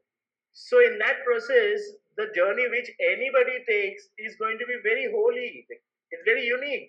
Yeah. And extremely impressive. So I keep reminding myself that experience is a very demanding mistress. Okay, it's a very demanding mistress, and experience will tell you, look at me. This is the way you live life. You tell everybody this is the way you should also live life. So that's not fair, right? That's not fair. You're just starting your life. You're going to go 60, 70 years ahead in front of you. Okay, and this old Johnny comes and says that here is a formula for life. In short, don't listen to people like me so deeply. Don't take us too seriously. That's what I'm saying. So take it with a pinch of salt. Yeah, more than a pinch of salt. So I was like that, right? I was quite a rebel. I used to irritate a lot of old idiots who will say all rubbish stuff, and I'll say, what the hell? Yeah? I mean, let's figure out what he's talking about. Not that everybody is bad, okay, or everybody is do a black and white classification, but generally, like when people talk only from experience, it's generally because that guy is trying to validate his life. That's a good observation. I have not. Yeah. It's a pretty good observation. If the only thing which he is supporting his argument is by experience, like my experience is like this, that's really usually a very poor argument. It may be a very impressive argument, but it often is because deep down there are some insecurities which he is trying to deal with. That is usually the reason. At least that's what I feel. I think for experience, I think it is always that insecurities and maybe hiding and validation, and that's another. Validation. We are all searching for validation, right? Yeah. The whole world, in this attention-seeking world, I'm pretty sure 80% are seeking validation, right? Why would somebody dress up like a monkey or whatever and do some crazy bloody thing? What joy! Sometimes I wonder. Okay. So I'm probably a poor judge of all this. I'm sure there is some real quality work coming out there. All we can do is hope. Which I'm conflating with something else. So I may be unfair in saying that. But the thing is, I'm not so convinced that people have worked it out properly. Maybe a new form of art is emerging in all this mess of Instagram, double tap and all that. I don't know. Maybe it is happening. And maybe happening in a very slow way. Sorry, what is happening? Means a new form of art may be emerging through all this. Something very serious may be appearing, coming out of this Instagram reels and all, which I have not yet fully recognized. So I may be unfair in painting everybody doing double tapping on Instagram as a guy with insecurities. Not really. There is a trend though. It's not entirely wrong, but there are, again, it's not completely black and white. It's I'm sure something good will emerge, because I have a lot of faith in this group of people, in this adolescent group. The adolescence is a very turmoil filled time, because there are raging hormones inside you. You're dealing with relationships, you don't know how to express things, and I was quite a dumb idiot that period, but a very glorious period. Very glorious, rich, imaginative period. And thank goodness I came out of that with the capability to introspect on it. Right. You understand? Instead of feeling hurt sad and bad and shameful and guilt. Shameful and all that. So that Brené Brown person, she came up with a very good observation. So it's okay to feel guilt because something went wrong. And then you went about rectifying that. But if you feel shame, it corrodes you. It is the most corrosive force in the world. Basically, work without embarrassment. Okay. Conserve your imagination. Think non-linearly. Think holistically. These are the overall things which I can tell you. But as I told you, don't look at me as a formula giver. That's why the advice, the action is upon me to introspect on where you make sense and where you don't make sense, and how it will work out for me. So there will be individual nuances which will be different, right? It will, and that's the whole joy, right? Well, what is the point of when I teach? I use a concept known as the Socratic method. There's a teaching system called the Socratic method. It's a wonderful system. Supposedly, the way Socrates extracts, or you can say he makes knowledge emerge from a conversation. So he does not say that, okay, what is right, what is wrong. If a student says that, okay, I have made this design, I say, wow, this looks interesting. I don't say it is wrong. Then there's through a series of conversations with the dialogue. It's a little lengthy process. Exactly my thought. Wouldn't that be a little lengthy than coming? It's very lengthy. Yeah, that's one of the drawbacks, and it is very frustrating. There is a thing which is called Socratic irony, which can happen because Socrates starts a conversation from a position of innocence. I don't know anything about this. Let's have a discussion. It's like that. Okay. And then the other guy says that I've taken this position about, say, morality or religion or whatever. And Socrates say, okay, acha, that's how it is. Okay, tell me more. And then through a series of to and fro questions, he extracts internal contradictions. Right. So that time when he catches that fellow and say, that time for morality you said this, but now you're saying that, but these two are contradictory. And that guy, the guy who thought that Socrates was from a position of innocence, he thinks that Socrates is making fun of him. Right. He gets annoyed. So that's called Socratic irony. So maybe it backfires. It could backfire. Huh? It backfires. It actually definitely did backfire for Socrates. He annoyed somebody so much, he said, you better bloody stop this thing and bring some hemlock and kill yourself. It surely backfired for Socrates, for surely. Right? And he was such a quite a firm guy. That's another thing which happens. People don't differentiate between firmness and stubbornness. Yes. Okay. Authoritative and firmness and stubbornness. Yeah, they look very similar, right? Yeah. When I say that I'm not going to change what you thought were very glorious explanations and arguments, but I'm still going to be doing the same thing. People think I'm obstinate, I'm stubborn. No, I'm probably just being firm. That's all. Okay. Yeah, but it's a very thin line, I would say. It's not like maybe how you tell the story is maybe the differentiator between if you are called stubborn and if you're called firm and like but it's good. It's all language in the end. So maybe AI is not the way AI is being written. Yeah. It may not be. It's not a bad attempt, I would say. It might be the wrong direction, but it's not a bad attempt to do it. Yeah. So it basically the guy who is making that point that I'm not being stubborn and the ball is in his court to check for himself whether he is stubborn or firm. Right. You can't trust it from outside. Yeah. You can't trust that from outside. If you hold a position, in what you're doing, and that position is not changing, you have to ask yourself, am I being stubborn or am I being firm? Are there good reasons for me to be firm in what position I'm holding? So that is squarely in your court. Just making a dialogue that you cannot differentiate between firmness and stubbornness is not sufficient. There is some real work to be done. That's correct. Right, Sabu. Sabu, it was insanely amazing. Insanely amazing talking to you. I think we should have another round, maybe once in person. I think multiple times in person. Come over to a beautiful place here. I will do that. Especially during rains, it's fantastic. It is just mind-boggling. The amount of greenery here is like when they say it's God's own country, they are not joking. It's really pretty. Very pretty. And the weather is also nice. Though it's clammy, but it is nice. No, I love the rains. There's no doubt. I'm pure Mumbai bred. I love the rains when it is. We will plan and we will have an Sure. I think it was lovely.